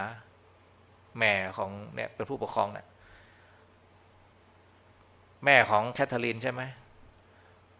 ลูกสาวของคุณไม่เอาเงินไปจ่ายที่สหกรณ์1 สัปดาห์แล้วนะมันเป็นไปได้ไงปิกมาบ้านแม่ก็ถามวันนี้โรงเรียนโทรมาหาแม่นะลูกไม่เอาตังค์ไปจ่ายที่สหกรณ์ใช่ไหม7 วันแล้วเนี่ยแล้วเงินทุกวันที่แม่เอาให้เนี่ยลูกเอาเงินไปไหนเอาไปจ่ายอะไรแคทเธอรีนกับเนาะแม่เป็นความจริงที่หนูไม่เอาเงินไปจ่ายสหกรณ์เงินที่แม่เอาให้หนูไม่ได้ไปซื้อตุ๊กตาบาร์บี้ไม่ซื้อของขบเคี้ยวนะแต่หนูสะสมเงินได้10 เหรียญแล้ว10 ปอนด์แล้วเป็นคนอังกฤษ10 ปอนด์แล้วพอจะซื้อมุ้งให้เด็กแอฟริกาไหมดูความคิดของละอ่อนแล้วดูบทสนทนาของแม่นะถ้าเป็นแม่บางคนเนี่ยเขาเจอเหตุการณ์ที่ตาวาดใส่ลูกเลยมันก็อย่ามาเงาแต่เงาว่าแม่เขาตั้งเงินไปซื้อกินอย่ามาเงาไม่หรอแต่อันนี้พอลูกเป็นโอกาสของแม่ที่จะเติมโอ้ยอย่างนี้หรือลูกโอ้ลูกดีจังเลยไม่เป็นไรลูกอยากบริจาคมุ้งใช่ไหมเดี๋ยวแม่ลองเซิร์ชอินเทอร์เน็ตไว้นะลูกนี่แม่สนับสนุนเลยนะไม่ได้ด่าลูกนี่สำคัญนะกำอูที่เชิงบวกนี่สำคัญเนี่ยผมว่ามันละเอียดอ่อนการจะสร้างคนสักคนนะมีครอบครัวหนึ่งนะนี่ผมเจอกับตัวเองพ่อเป็นวิศวกรแม่ทำงานอยู่พยาบาลพอดีพยาบาลไปปฏิบัติธรรมที่วัดผมเนี่ยผมก็มักจะวิเคราะห์ประเด็นพวกนี้พอดีว่างๆแม่ไปก็บอกว่าพระอาจารย์บาเดียวเนี่ยลูกข้าเจ้าเฮียนอยู่สาธิตมช.แล้วปรากฏว่าบรรลุไปเฮียนแล้วต้องเฮอหนูเนี่ยโทรบอกตึงวันบ่อู้อย่างยิ่งถ้ามีป่อก็สมัยตึงบ่อู้อย่างเงียบอย่างเดียวว่าผมเนี่ยก็พยายามเอาคอมอันตีแม่เป็นเหล่าฟังเนาะวันหลังเอาอย่างงี้กันละกันถ้าลูกสาวเขามาครับพระอาจารย์วันเกิดก็ได้อะไรก็ได้เนาะลองหาโอกาสมาถ้าเขามาลำปางปรากฏเราเป็นได้จังหวะพาทั้งพ่อทั้งแม่มาก้มหน้าอย่างเดียวท่านถามยังกับตอบก้มหน้าอย่างเดียวพอดีเป็นช่วงที่แฟนมันไปเข้าห้องน้ำผมกระซิบบอกว่าเอาอย่างงี้ไหมมันมีปมบางปมมันอาจจะเกิดจากนี่ก็ได้จากผู้ชายพ่อเนาะเดี๋ยววันหลังโยมแม่ลองเอาลูกสาวมา2 คนดูเนาะบางทีเขาอาจจะเปิดใจนะแล้วปรากฏอย่างที่ผมเลยท่านพยาบาลนี่ก็พาลูกสาวมาผมก็ถามว่าเป็นยังไงบ้างหนูมีอะไรเหรอลูกที่มันปมหนูไม่ชอบพ่อเพราะทำไมหนูไม่อยากไปเรียนเพราะพ่อเนี่ยอันไหนที่เป็นความคิดของพ่อหนูจะต้านคือไปเฮียนสาธิตนี่ก็คือเป็นความคิดของป่อแล้วนั่นเขาไม่รู้จะทำยังไงก็คือไปเฮียนเอาส่งไปก็ไปนี่คือไปเฮียนต้องแม่ห้องยังห้องแล้วมันเกิดจากอะไรลูกมีวันหนึ่งป่อไปส่งลูกสาวที่โรงเรียนอัสสัมชัญนะพอดีว่าในคณะที่นั่งรถนะอันลูกสาวหันหมาที่ถูกรถชนแล้วลูกสาวก็ให้พอลูกสาวให้ปุ๊บนะป่อว่าจะได้มันเป็นญาติเนาะก็ให้มันอย่างกำนี่ท่านตั้งหันมาเกลียดพ่อเลยไม่ยิงเขาเนี่ยหันก็มันลึกซึ้งนะบางครั้งนะ ถ้าป่อถือโอกาสเนี่ยนะโอ้ยทำไมน่ารักจังลูกสาวพ่อแม้แต่สัตว์ยังรักเลยใจดีจังเลยโอ้โหวันนาละอ่อนก็นี่นะจะใจดีไปมันเหมือนส่งไม่ต่ออันนี้มันให้มันอย่างมันเป็นญาติเขากะตั้งแต่นั้นมาเกลียดพ่อเลยนี่ฮันก็ปมแล้วท่านนะระวังถ้าเด็กบางคนมีบุญเนาะถึงแม้จะเขาว่ามีสักกี่คนตีอู้ลบแล้วเขามาตีเป็นบวกมันก็มีบางคนน่ะแต่มันสู้เราไม่รู้ว่าลูกเขาได้รับข้อมูลอย่างอีป๊บเนี่ยมันซับซ้อนไงมันพระพุทธเจ้าเนี่ยตรัสไปแล้วว่ากฎธรรมชาติเนี่ยมันมีอยู่5กฎไม่หรอถ้าเป็นพืชเนี่ยเขาคำนึงจะปลูกพืชให้งามเจริญงอกงามมันมี3ปัจจัยนะ3อย่าง1พีชนิยามสายพันธุ์ไม่หรอ2อุตุนิยามคำนึงถึงสภาพอากาศแวดล้อม3ธรรมนิยามก็คือสภาพปัจจัยต่างๆที่จะทำให้ต้นไม้งามปุ๋ยกะดินกะไม่หรอแต่มนุษย์เนี่ยนอกจาก3กฎนี้ยังไม่พอนะมันมีที่ซับซ้อนกว่านั้นคือจิตนิยามกับกรรมนิยามเรื่องจิตกับเรื่องพฤติกรรมมันซับซ้อนข้ามภพข้ามชาตินั่นเฮาบ่ใจพระพุทธเจ้านี่เปิ้นจะสอนภายในเปิ้นสแกนก่อนแม่นบ่สแกนเหมือนหมอเนี่ยเปิ้นจะรักษาเรียบร้อยเปิ้นเจาะเลือดอย่างเรียบร้อยเนาะว่าเลือดเฮาเป็นจังอี้นะอย่างนี้หมอเปิ้นรักษาได้เลยพระพุทธเจ้าก็เหมือนกันนะเวลาจะเตศไผสอนไผเปิ้นสแกนเรียบร้อยบุพกรรมเป็นจะได้สภาพจิตเป็นจะได้จริตเป็นจะได้อย่างเฮาเนี่ยดังนั้นในเมื่อเฮามั่นใจพระพุทธเจ้าผู้เป็นพ่อเป็นแม่ผมขอฝากนะประเด็นพวกนี้คำพูดหรือแม้กระทั่งเทคนิคศาสตร์ศิลป์พวกนี้เนาะเราต้องเรียนรู้กับละอ่อนแล้วก็มีศาสตร์หลายๆศาสตร์ที่จะปั้นเด็กอย่างอันนี้อย่างกรณีแคทเธอรีนเนี่ยแม่เป็นกึอูบวกนะว่าได้ดุลูกตีลูกอุตส่าห์แม่เอาตังค์ไปเฮ้อแล้วว่าเอาไปจ่ายสหกรณ์แม่กับส่งเสริมเนี่ยอย่างนั้นเหรอลูกที่แท้ลูกเก็บตังค์ไว้เพื่อจะซื้อมุ้งเหรอเดี๋ยวแม่เซิร์ชอินเทอร์เน็ตนะเนี่ยพอเซิร์ชอินเทอร์เน็ตพบเจอองค์กรการศึกองค์กรหนึ่งเรียกว่า Nothing But Net ไม่ต้องการอะไรนอกจากมุ้ง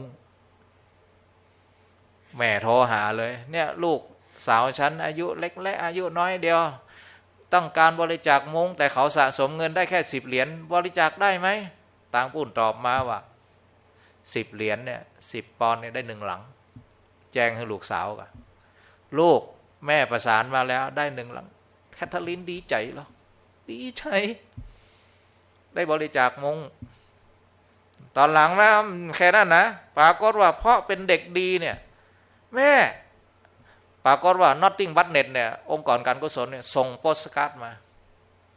ว่าคุณเป็นคนที่อายุน้อยที่สุดในการบริจาคแคทเธอรีนดีใจแม่เห็นไหมหนูได้รับใบประกาศต่อไปนี้ของอะไรในบ้านที่ไม่ใช้แม่เอาไปขายไหมนะเอาไปเหมาะเราก็นี่นะแม่ก็ไม่ปฏิเสธไม่เป็นไรลูกแคทเธอรีนก็เอาขายของหน้าบ้านปรากฏว่าเราอย่าลืมนะครับถ้าส่งเสริมดีนะมันส่งผลแต่คนใกล้ชิดด้วยแคทเธอรีนเริ่มแผ่จิตที่เป็นกุศลเนี่ยจิตดีงามไปหาน้องเบาช่วยกันสิเนี่ยเขียนโปสการ์ดวาดรูปน้องเบาก็เขียนพวกนี้ด้วยแคทเธอรีนไม่หยุดแค่นั้นครับท่านจนเรื่องราวเนี่ยปากต่อปากเจ้าบ้านเจ้าจองว่าโอ้ละอ่อนคนนั้นนะตัวน้อยเดียวมันได้โอ้ปุ่นประเดียวนะทำการกุศลดังเข้าไปถึงหูบาทหลวงท่านบาทหลวงยืนโบสถ์ในที่สุดผู้ใหญ่ทั้งหลายเริ่มตีแม่เนาะเริ่มหนุนเด็กคนนี้นะผู้ใหญ่ให้โอกาสบาทหลวงบอกว่าแคทเธอรีนเนี่ยวันอาทิตย์คนมาโบสถ์เยอะ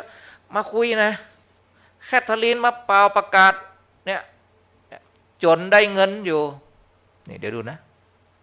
เนี่ยท่านแต่ผมก็จะรวบย่อนะว่าแคทเธอรีนไม่หยุดแค่นั้นครับท่านเนี่ยพลังใครจะคิดว่าเด็ก5 ขวบไปเสาะบัจจัยแค่ไปอูตีอันโบสถ์อย่างเดียวนะแคทเธอรีนทำอะไรครับนี่อะไรตอนนั้น6 ขวบได้รับเงินบริจาค 6,300 กว่าเหรียญเนี่ยทำมานะและในที่สุด เธอเขียนจดหมายนะไปหาเบคแฮมเป็นคนอังกฤษเนาะเบคแฮมก็เอาเนี่ยพอละออนคนเนี่ยท่านเนี่ยพลังเวลาพลังบุญพลังพวกเนี่ยมันทำให้ศักยภาพด้านสติปัญญานะมันถูกพูดยังไงมันเหมือนจะได้อะเหมือนมันน้ำมันดิมันโดนไฟเนาะมันเกิดพลังมหาศาลอะละออนคนนี้พอมันคิดจะเฮือมันมีทักษะอย่างที่พอจะใจได้มันเกินตัวโอ้ยง่ายนะแต่ไม่ใช้พลังเกินตัวในทางที่ไม่ดีเขียนจดหมายไปหาเบคแฮมเนี่ยเบคแฮมก็เอาขึ้นเว็บไซต์ส่วนตัวมันจะยุคแค่นั้นนะท่านแคทเธอรีนยังกึดต่อว่ามีไผ่พ่องตีเฮาจะส่งสารไปในที่สุดแคทเธอรีนไปซื้อหนังสือป๊อปมาหนังสือป๊อปเนี่ยมันเกี่ยวกับคนดังทั่วโลกเนาะหนึ่งในนั้นก็คือบิลเกตครับแคทเธอรีนเขียนจดหมายไปหาบิลเกตเขียนว่าจะได้ท่านแค่เมื่อกี้ประโยคคุณบิลเกตที่เคารพไม่มีมุ้งเด็กแอฟริกาจะตายเพราะมาลาเรียพวกเขาต้องการเงินแต่เงินอยู่ที่คุณแต่เงินอยู่ที่คุณกำเนี่ยมันหันก่อนพอพลังจิตมันออกมาเนี่ยมันออกมาจากจริงใจอะภาษาดูไร้เดียงสาแต่มันกินใจด้วยนะท่านเนี่ยแคทเธอรีนแล้วปรากฏว่าบิลเกตว่าจะได้บิลเกตอะผมได้รับใบประกาศเกียรติคุณพร้อมจดหมายฉบับหนึ่งบอกว่าเงินที่ซื้อมุ้งให้เด็กแอฟริกาอยู่ที่ผม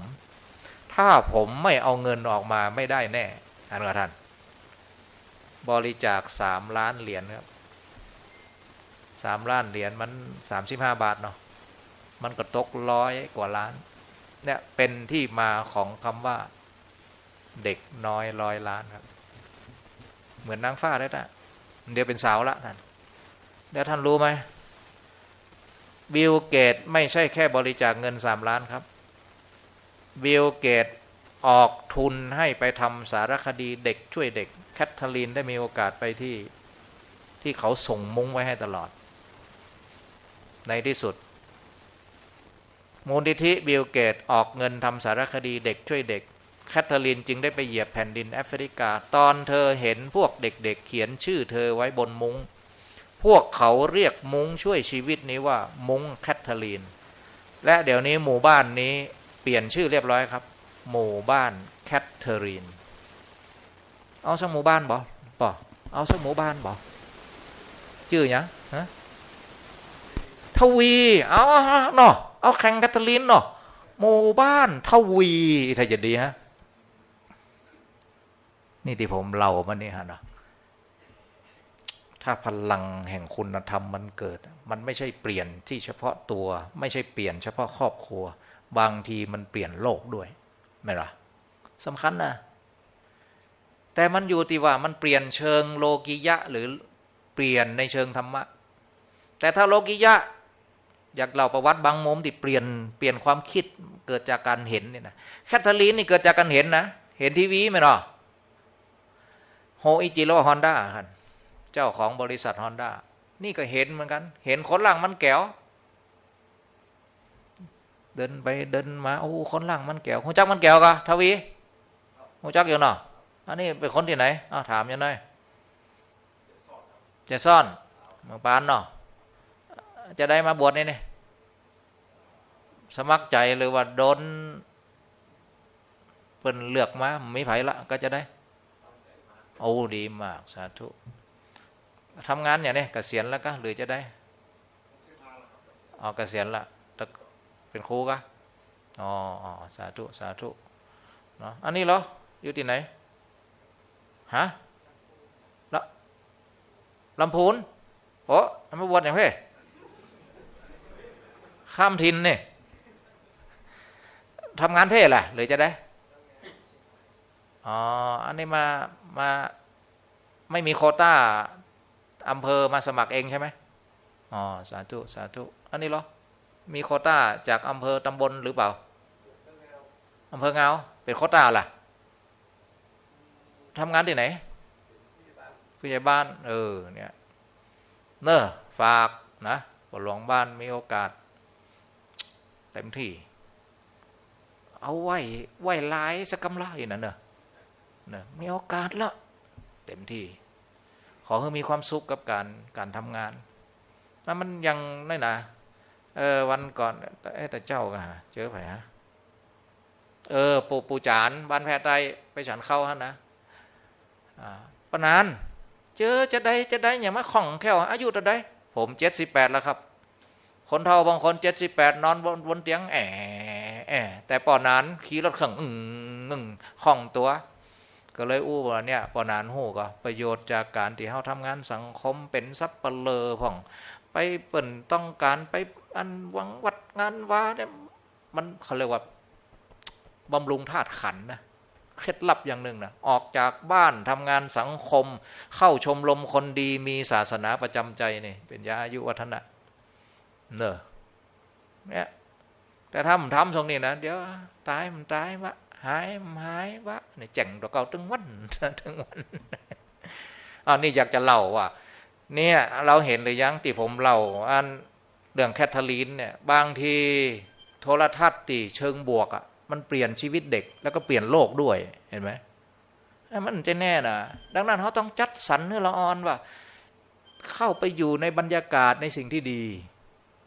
อย่างหมอประเวศเป็นกระเล่าแล้วที่ผมอย่างนี้นะแต่ก่อนนี่ผมไปโรงเรียนน่ะแม่เปิดหลวงพ่อพุทธทาสให้ทั้งที่เบื่อนะเมื่อก่อนเจริญพรวัดสาเจ้าได้ยินชัดแล้วเดี๋ยวนี้สัญญาณเจ้าที่ไหนก็ตะกี้นั่นแหละชัดแล้วอันฟังแคทเธอรีนชัดก็จะฟังอยู่เดียวฟังเดียวเจ้าเจ้าดินเจริญพรอาจารย์บรรยายอยู่เจริญพร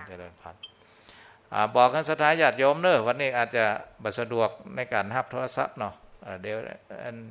จะหมดเวลาละนะนี่อยากวิเคราะห์ให้หมู่เฮาว่าเนี่ยแม่กระทั่งว่าแคทเธอรีนได้เห็นสารคดีที่เชิงบวกมันพลิกชะตาชีวิตมันต้องอย่างนักพระพุทธเจ้าของเฮาเนี่ยติดอยู่ในวังมันก็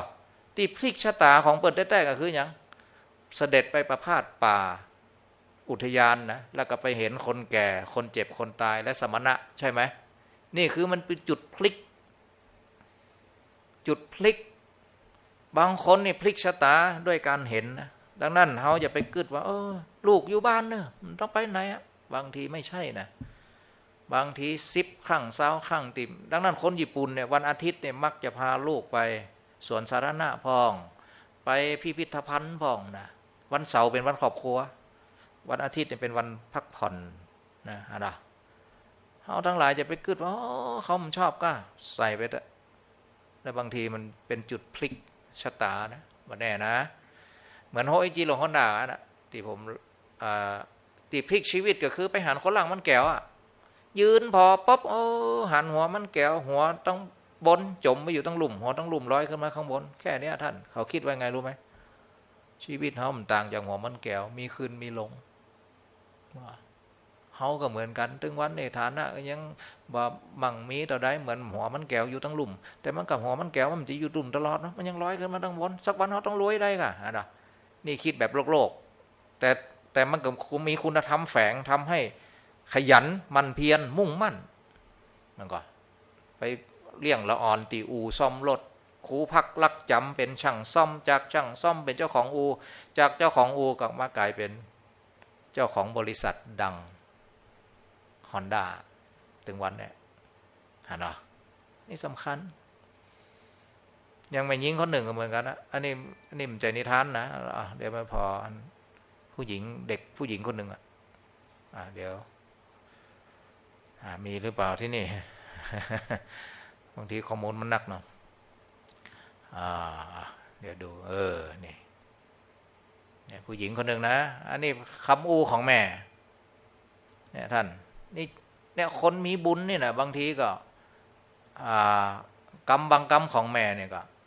พลิกชีวิตนี่เห็นไหมผู้หญิงคนนี้อายุ29นะรวย1,000 ล้านท่านคนมหาสารคามทำไมเปลี่ยนชีวิตได้นี่กรรมอูของแม่ครับนี่ผมอ่านมาหมดละนี่ กำอูของแม่ที่ว่าอยู่ไหนเนาะ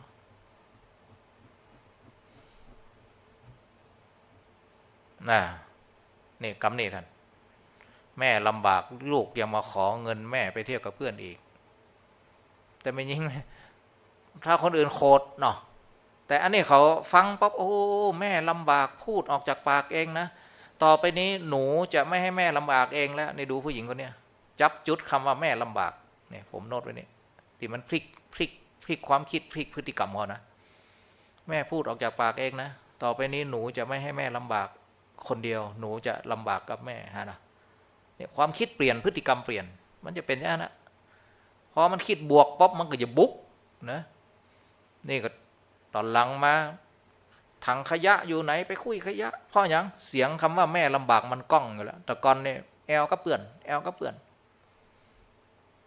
ร้านใกล้ๆที่เป็นร้านขายเสื้อผ้า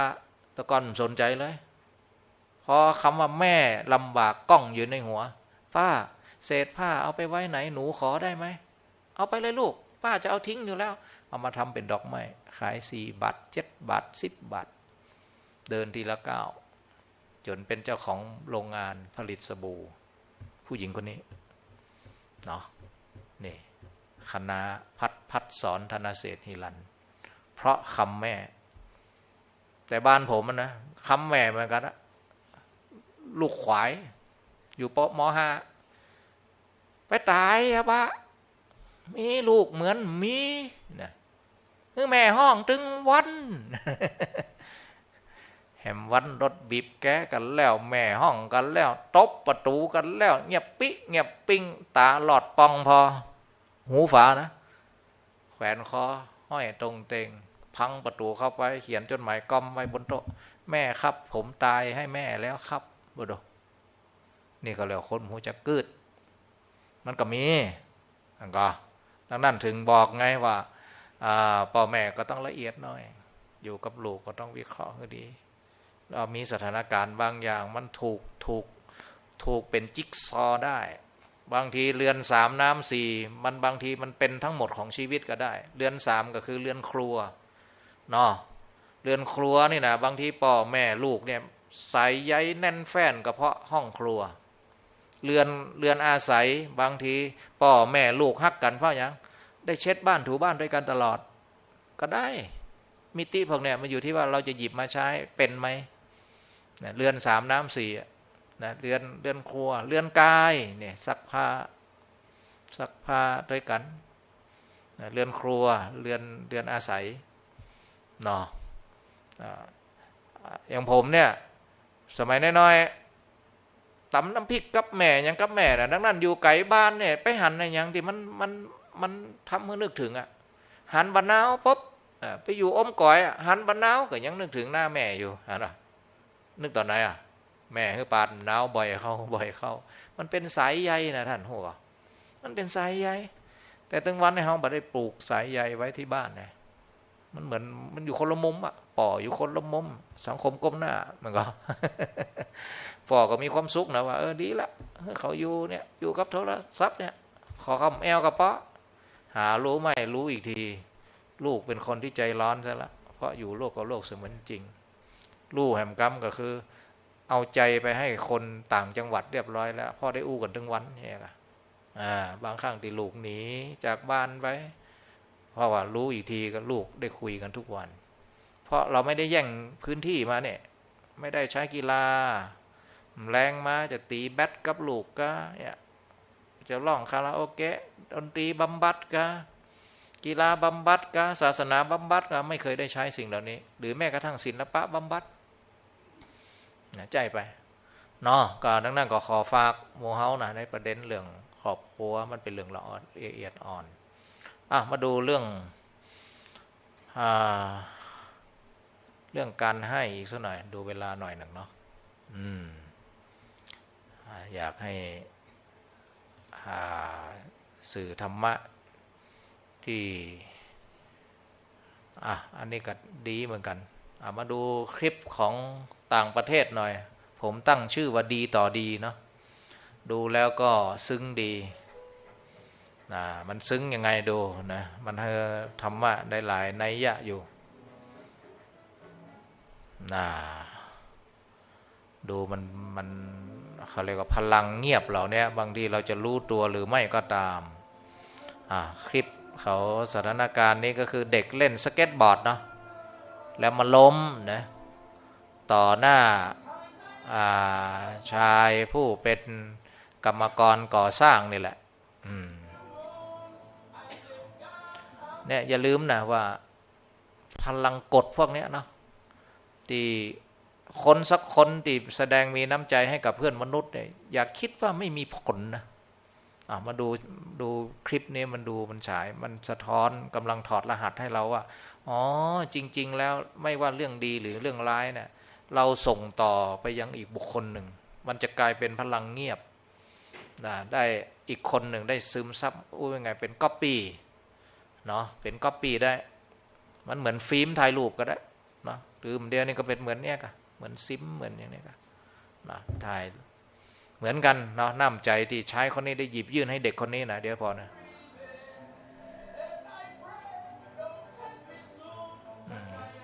มันอาจจะจบแล้วเนาะพฤติกรรมนะแต่จิตใจเด็กคนนี้มันเป็นพลังเงียบซึ่งเด็กคนนี้อาจจะไม่อะไรมากรู้สึกประทับใจเท่านั้นนะเดี๋ยวดูต่อว่า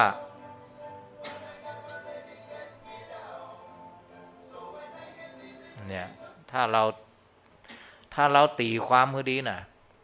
ถ้าเราอ่อนคนนี้บ่ได้รับน้ำใจจากคนตะกี้นะเขาอาจจะเฉยเมยต่อยายคนนี้ก็ได้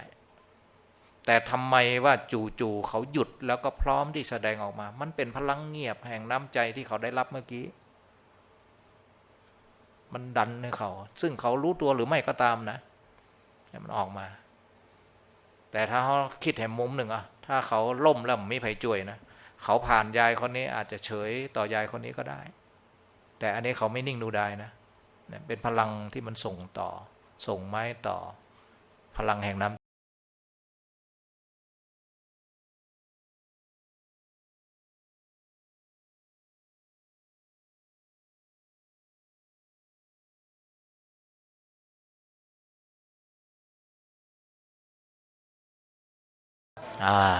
คำว่าน้ำใจเด็กคนนี้ส่งต่อมายังยายคนนี้จะรู้ตัวหรือไม่ก็ตามนะแต่ว่าประทับใจกับเด็กคนนี้แต่ว่าสิ่งที่มันยังแฝงอยู่กับยายนะอะไรไม่รู้แหละพลังเงียบคำว่าน้ำใจเนี่ยแหละดูสิว่ามันจะส่งเป็นพลังเงียบให้ยายคนนี้ได้แสดงออกมาเวลาอยู่ในสังคมยังไงเนาะ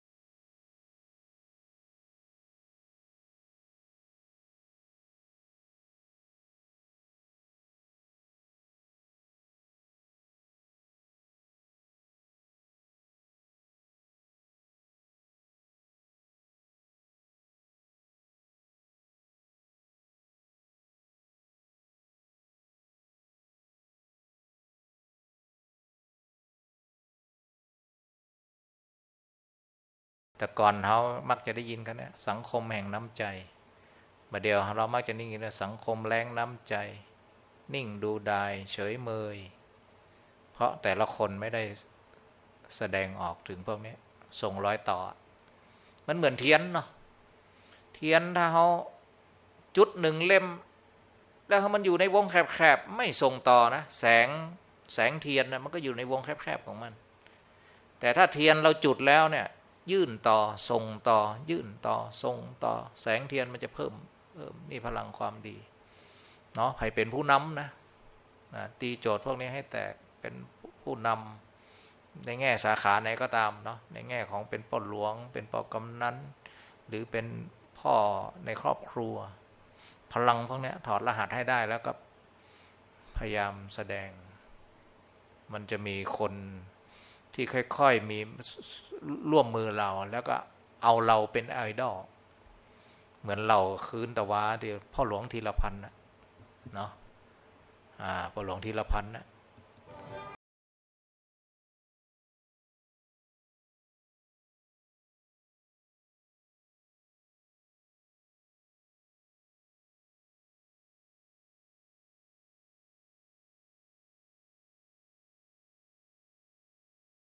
ผู้ชายคนนี้ได้รับน้ำใจจากผู้หญิงจู่ๆก็มาแสดงน้ำใจต่อคนนี้นะซึ่งถ้าเขาไม่ได้รับน้ำใจจากผู้หญิงเขาจะเดินผ่านไปเฉยๆก็ได้นะนี่พลังเงียบที่มันแฝงแต่มันกลับมีพลัง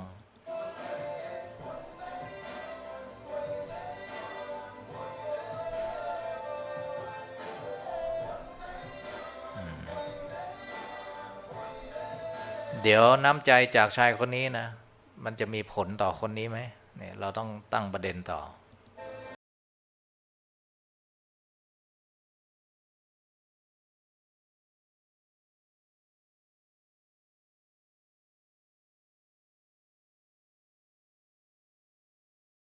เขาอยู่ในสังคมเขาเห็นชายคนนี้แต่ก่อนเนี่ยเขาขี่รถเก๋งเขาอาจจะมองแบบอะไรไม่สะอาดบ้างอะไรบ้างแต่วันนี้เขาอาจจะรู้สึกว่าอยากช่วยคนที่หาเช้ากินค่ำเกื้อกูลเขาหน่อยเห็นไหมเขาไม่ลังเล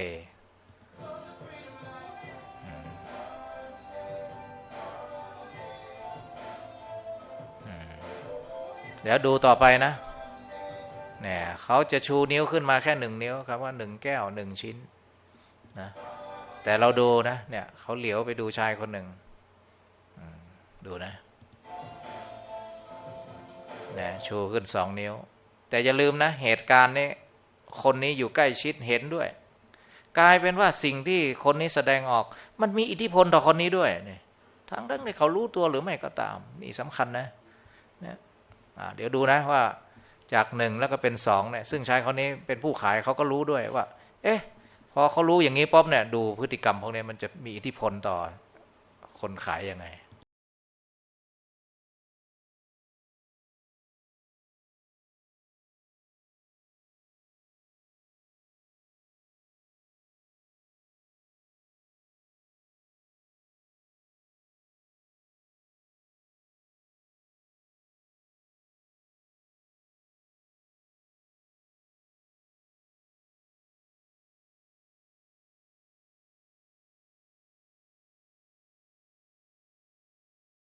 ชายแปลกหน้านะดูนะว่าพฤติกรรมจิตใจที่เขาได้รับนะมันเป็นพลังเงียบเขาไปทำอะไรในสังคมนี่ผู้หญิงคนนี้ลืมโทรศัพท์เห็นไหมพลังเงียบพวกนี้นะ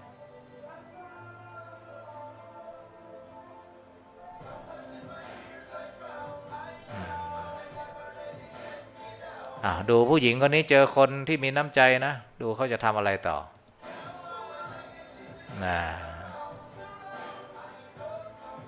พลังความดีถ้าเราช่วยกันส่งต่อนะสังคมมันจะมีคนดีเพิ่มขึ้นเห็นไหมอิ่มใจมันเหมือนกับว่าอิ่มใจยังไงไม่รู้ผู้หญิงคนนี้เพราะว่าเจอคนที่เก็บโทรศัพท์เอาโทรศัพท์มาให้อยากเจอป้าคนนี้ก็อยากอย่างนี้แหละมันล้นออกมานะทั้งที่ไม่รู้จักกับป้าคนนี้เลย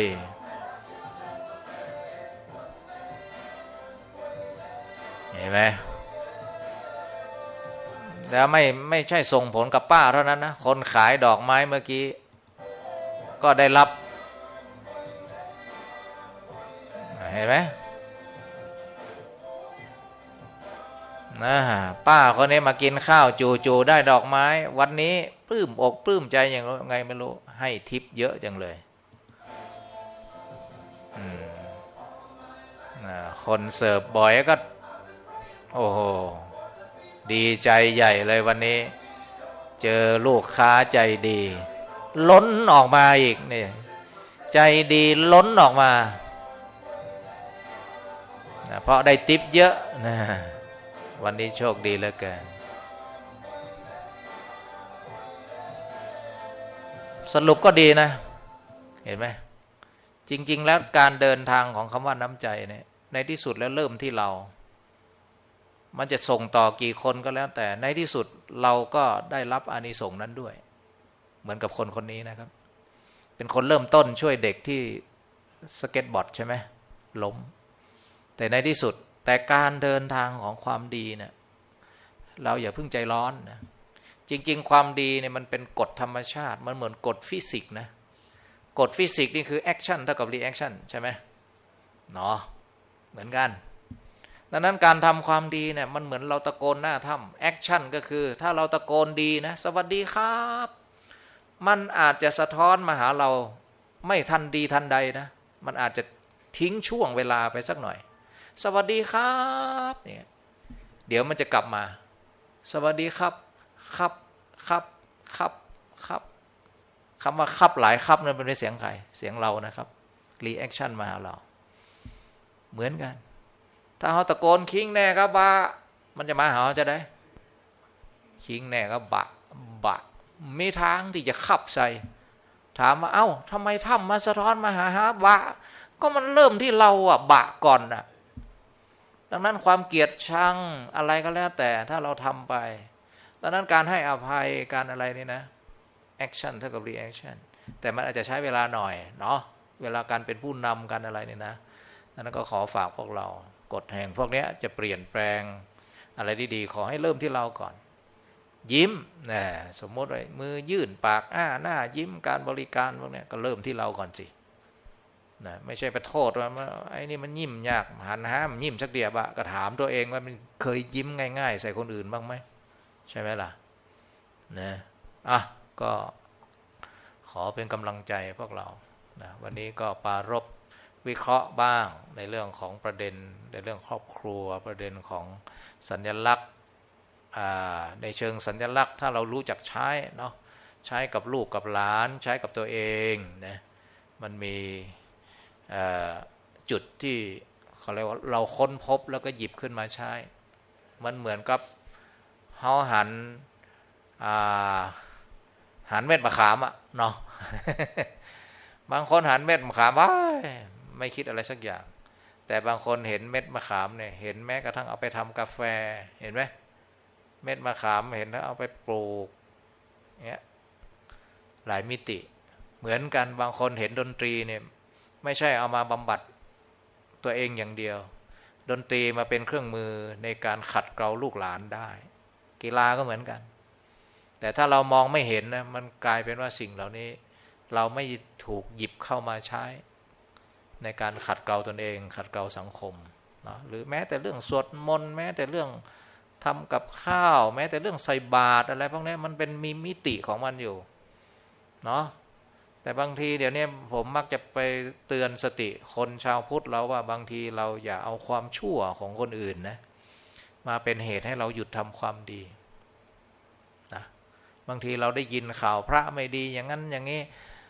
บางทีเปิ่นบดีพระบดีต่างจังหวัดปุ่นส่งผลเขาอยู่ลำปางเว้ยเดี๋ยวบางทีทุเจ้ามันดีต่างจังหวัดปุ่นเขาเลิกใส่บาตรลำปางเว้ยมันยุติธรรมสำหรับเราไหมเขาชั่วต่างจังหวัดแล้วตัวเองเอามาเป็นข้ออ้างให้เราหยุดทำความดีบางคนเลิกนับถือศาสนาก็มีบางคนเนี่ยเห็นพระได้ยินข่าวพระไม่ดีบ่อยๆโทรมาหาก็มีนะลูกศิษย์ลูกหานะพระอาจารย์เนี่ยใครให้ข่าวทุเจ้าอย่างมาบ่อยให้แน่นะ ไม่เป็นไรเราก็ทำดีไปนะอย่าเอาความชั่วมาเป็นเหตุมาเป็นข้ออ้างให้เราหยุดทำความดีหรือแม้กระทั่งห่างเหินความดีเนาะถ้าเราเอามาเป็นเหตุผลอย่างนั้นไม่ต่างอะไรกับคนเห็นคนอื่นแก้ผ้าเราแก้ตามนะไม่ก็ถ้าเห็นคนแก้ผ้าเนี่ยจะได้กับพอกับป๊อล่ะไม่ก็มันต้องไปแก้ตัวให้เขาไม่ก็แค่นั้นแหละนะเอาละมีอะไรถามไหมเราจะเจอพวกเราเห็นตารางนั้นน่าจะเหลืออีก2 ครั้งเนาะ นิมนต์ครับฮะ เอาอีกละประหลอดอีกละ อันนี้ก็ต้องไปวัดด้วยกันเนาะมีอยู่ที่วัดนะแต่ก็ไม่อยากคืออย่างนี้วัตถุเนี่ยถ้าเราใช้ให้มันเป็นธรรมะก็ได้เขาเรียกว่าวัตถุธรรมใช่ไหมเนาะวัตถุธรรมวัตถุธรรมแต่ประหลอดก็เหมือนกันทำไมคนจีนเขาเอาไปใช้แล้วทำไมเขาศรัทธาในตัวประหลอดเพราะเขาเอาประหลอดเนี่ยเป็นแรงบันดาลใจให้เขาขยันหมั่นเพียรเนาะเพราะแรงบันดาลใจว่าฉันค้าขายแล้วฉันจะเจริญรุ่งเรืองดังนั้นเขาสู้ยิบตาน่ะเขาถึงประสบความสำเร็จแต่เขายังอาจจะมองจริงๆแล้วมันเกิดจากผลผลิตจากความขยันตัวเองแต่ประหลอดเนี่ยเป็นเพียงตัวช่วยนิดหน่อยกำลังใจแค่นั้นแหละเนาะมันอยู่ที่แรงอยู่ที่สติปัญญาพระพุทธองค์ตรัสไว้3อย่างเนาะ1ทุละวาทุละวาก็คือเอาธุระไหมใส่ใจในธุระไหมรับผิดชอบในธุระไหม2ปัญญาวาใช้สติปัญญาไหมมีสติปัญญาไหมเห็นไหมถ้าไม่มีสติปัญญาฟาวนะท่านจะบอกให้ฟาวนะลงทุนศูนย์เปล่านี่สำคัญจิตสงบพบบัณฑิตเกาะติดสถานการณ์นี่เป็นตัวช่วยให้เราเกิดสติปัญญาเหมือนลิงที่ฤาษีบอกว่าฤาษีเลี้ยงลิงแล้วก็เป็นลิงที่น่ารักนะเชื่อฟังง่ายบอกว่าพ่อจะไม่อยู่นะพ่อจะไม่อยู่แล้วก็จะไปเยี่ยมเพื่อนเนี่ยต่างสำนักสักอาทิตย์หนึ่งพ่อปลูกต้นไม้ไว้เนี่ยให้รดน้ำหน่อยนะได้ครับเนี่ยลิงนะพ่อนิสัยดีเนาะใครเป็นลูกบุญธรรมหดถึงวันนะครับหดตรงเวลาด้วยนะครับหดถึงหากนะครับ3ข้อนี่ลิงทำได้หมด1ตรงเวลา2ทุกวัน3ลดคือเขาไม่เข้าใจคำว่าลดถึงรากตรงเวลารับผิดชอบขยันทุกวันนี่ทำถูกหมดแต่เสียอย่างเดียวปัญญาไม่ถึงตรงไหนไม่เข้าใจคำว่าลดให้ถึงรากหดไปตัวกว่าหน้ามาถึงหากถอนต้นไม้พอถึงวันท่านมันถึงก็หาขยันทุกวันรับผิดชอบทุกวันตรงต่อเวลาทุกวันปรากฏว่าต้นไม้ไม่โตครับตายเพราะไม่เข้าใจคำว่ารดให้ถึงรากคำว่ารดให้ถึงรากนี่หมายถึงอะไรหดนักน้อยเนอไม่หรอมาได้หมายเขาว่าถอนมาพอหากด้วยเนอเห็นไหมดังนั้นการจะทำกิจการใด1ทุละวาขยันรับผิดชอบไหมให้มันถึงจุดไหม2ก็คือปัญญาวามีสติปัญญาเพียงพอที่จะรองรับในการทำงานไหม3นิสยสัมปันโนคุณสมบัติอื่นๆถึงพร้อมด้วยนิสัยอุปนิสัยอัธยาศัยคุณสมบัติก็หมายความว่าออปชั่นออปชั่นคุณสมบัติหลายๆอย่างนะหนักเอาเบาสู้ไหมอ่อนน้อมถ่อมตนไหมกตัญญูไหมอุดไหมอึดไหมรู้จักออมไหมพวกเนี้ยมันเป็นหนุนเสริมพวกเราทั้งนั้นในการที่ทำให้ภารกิจการงานนั้นมั่นคงนะโอเคขอบคุณมากที่ถามนิมนต์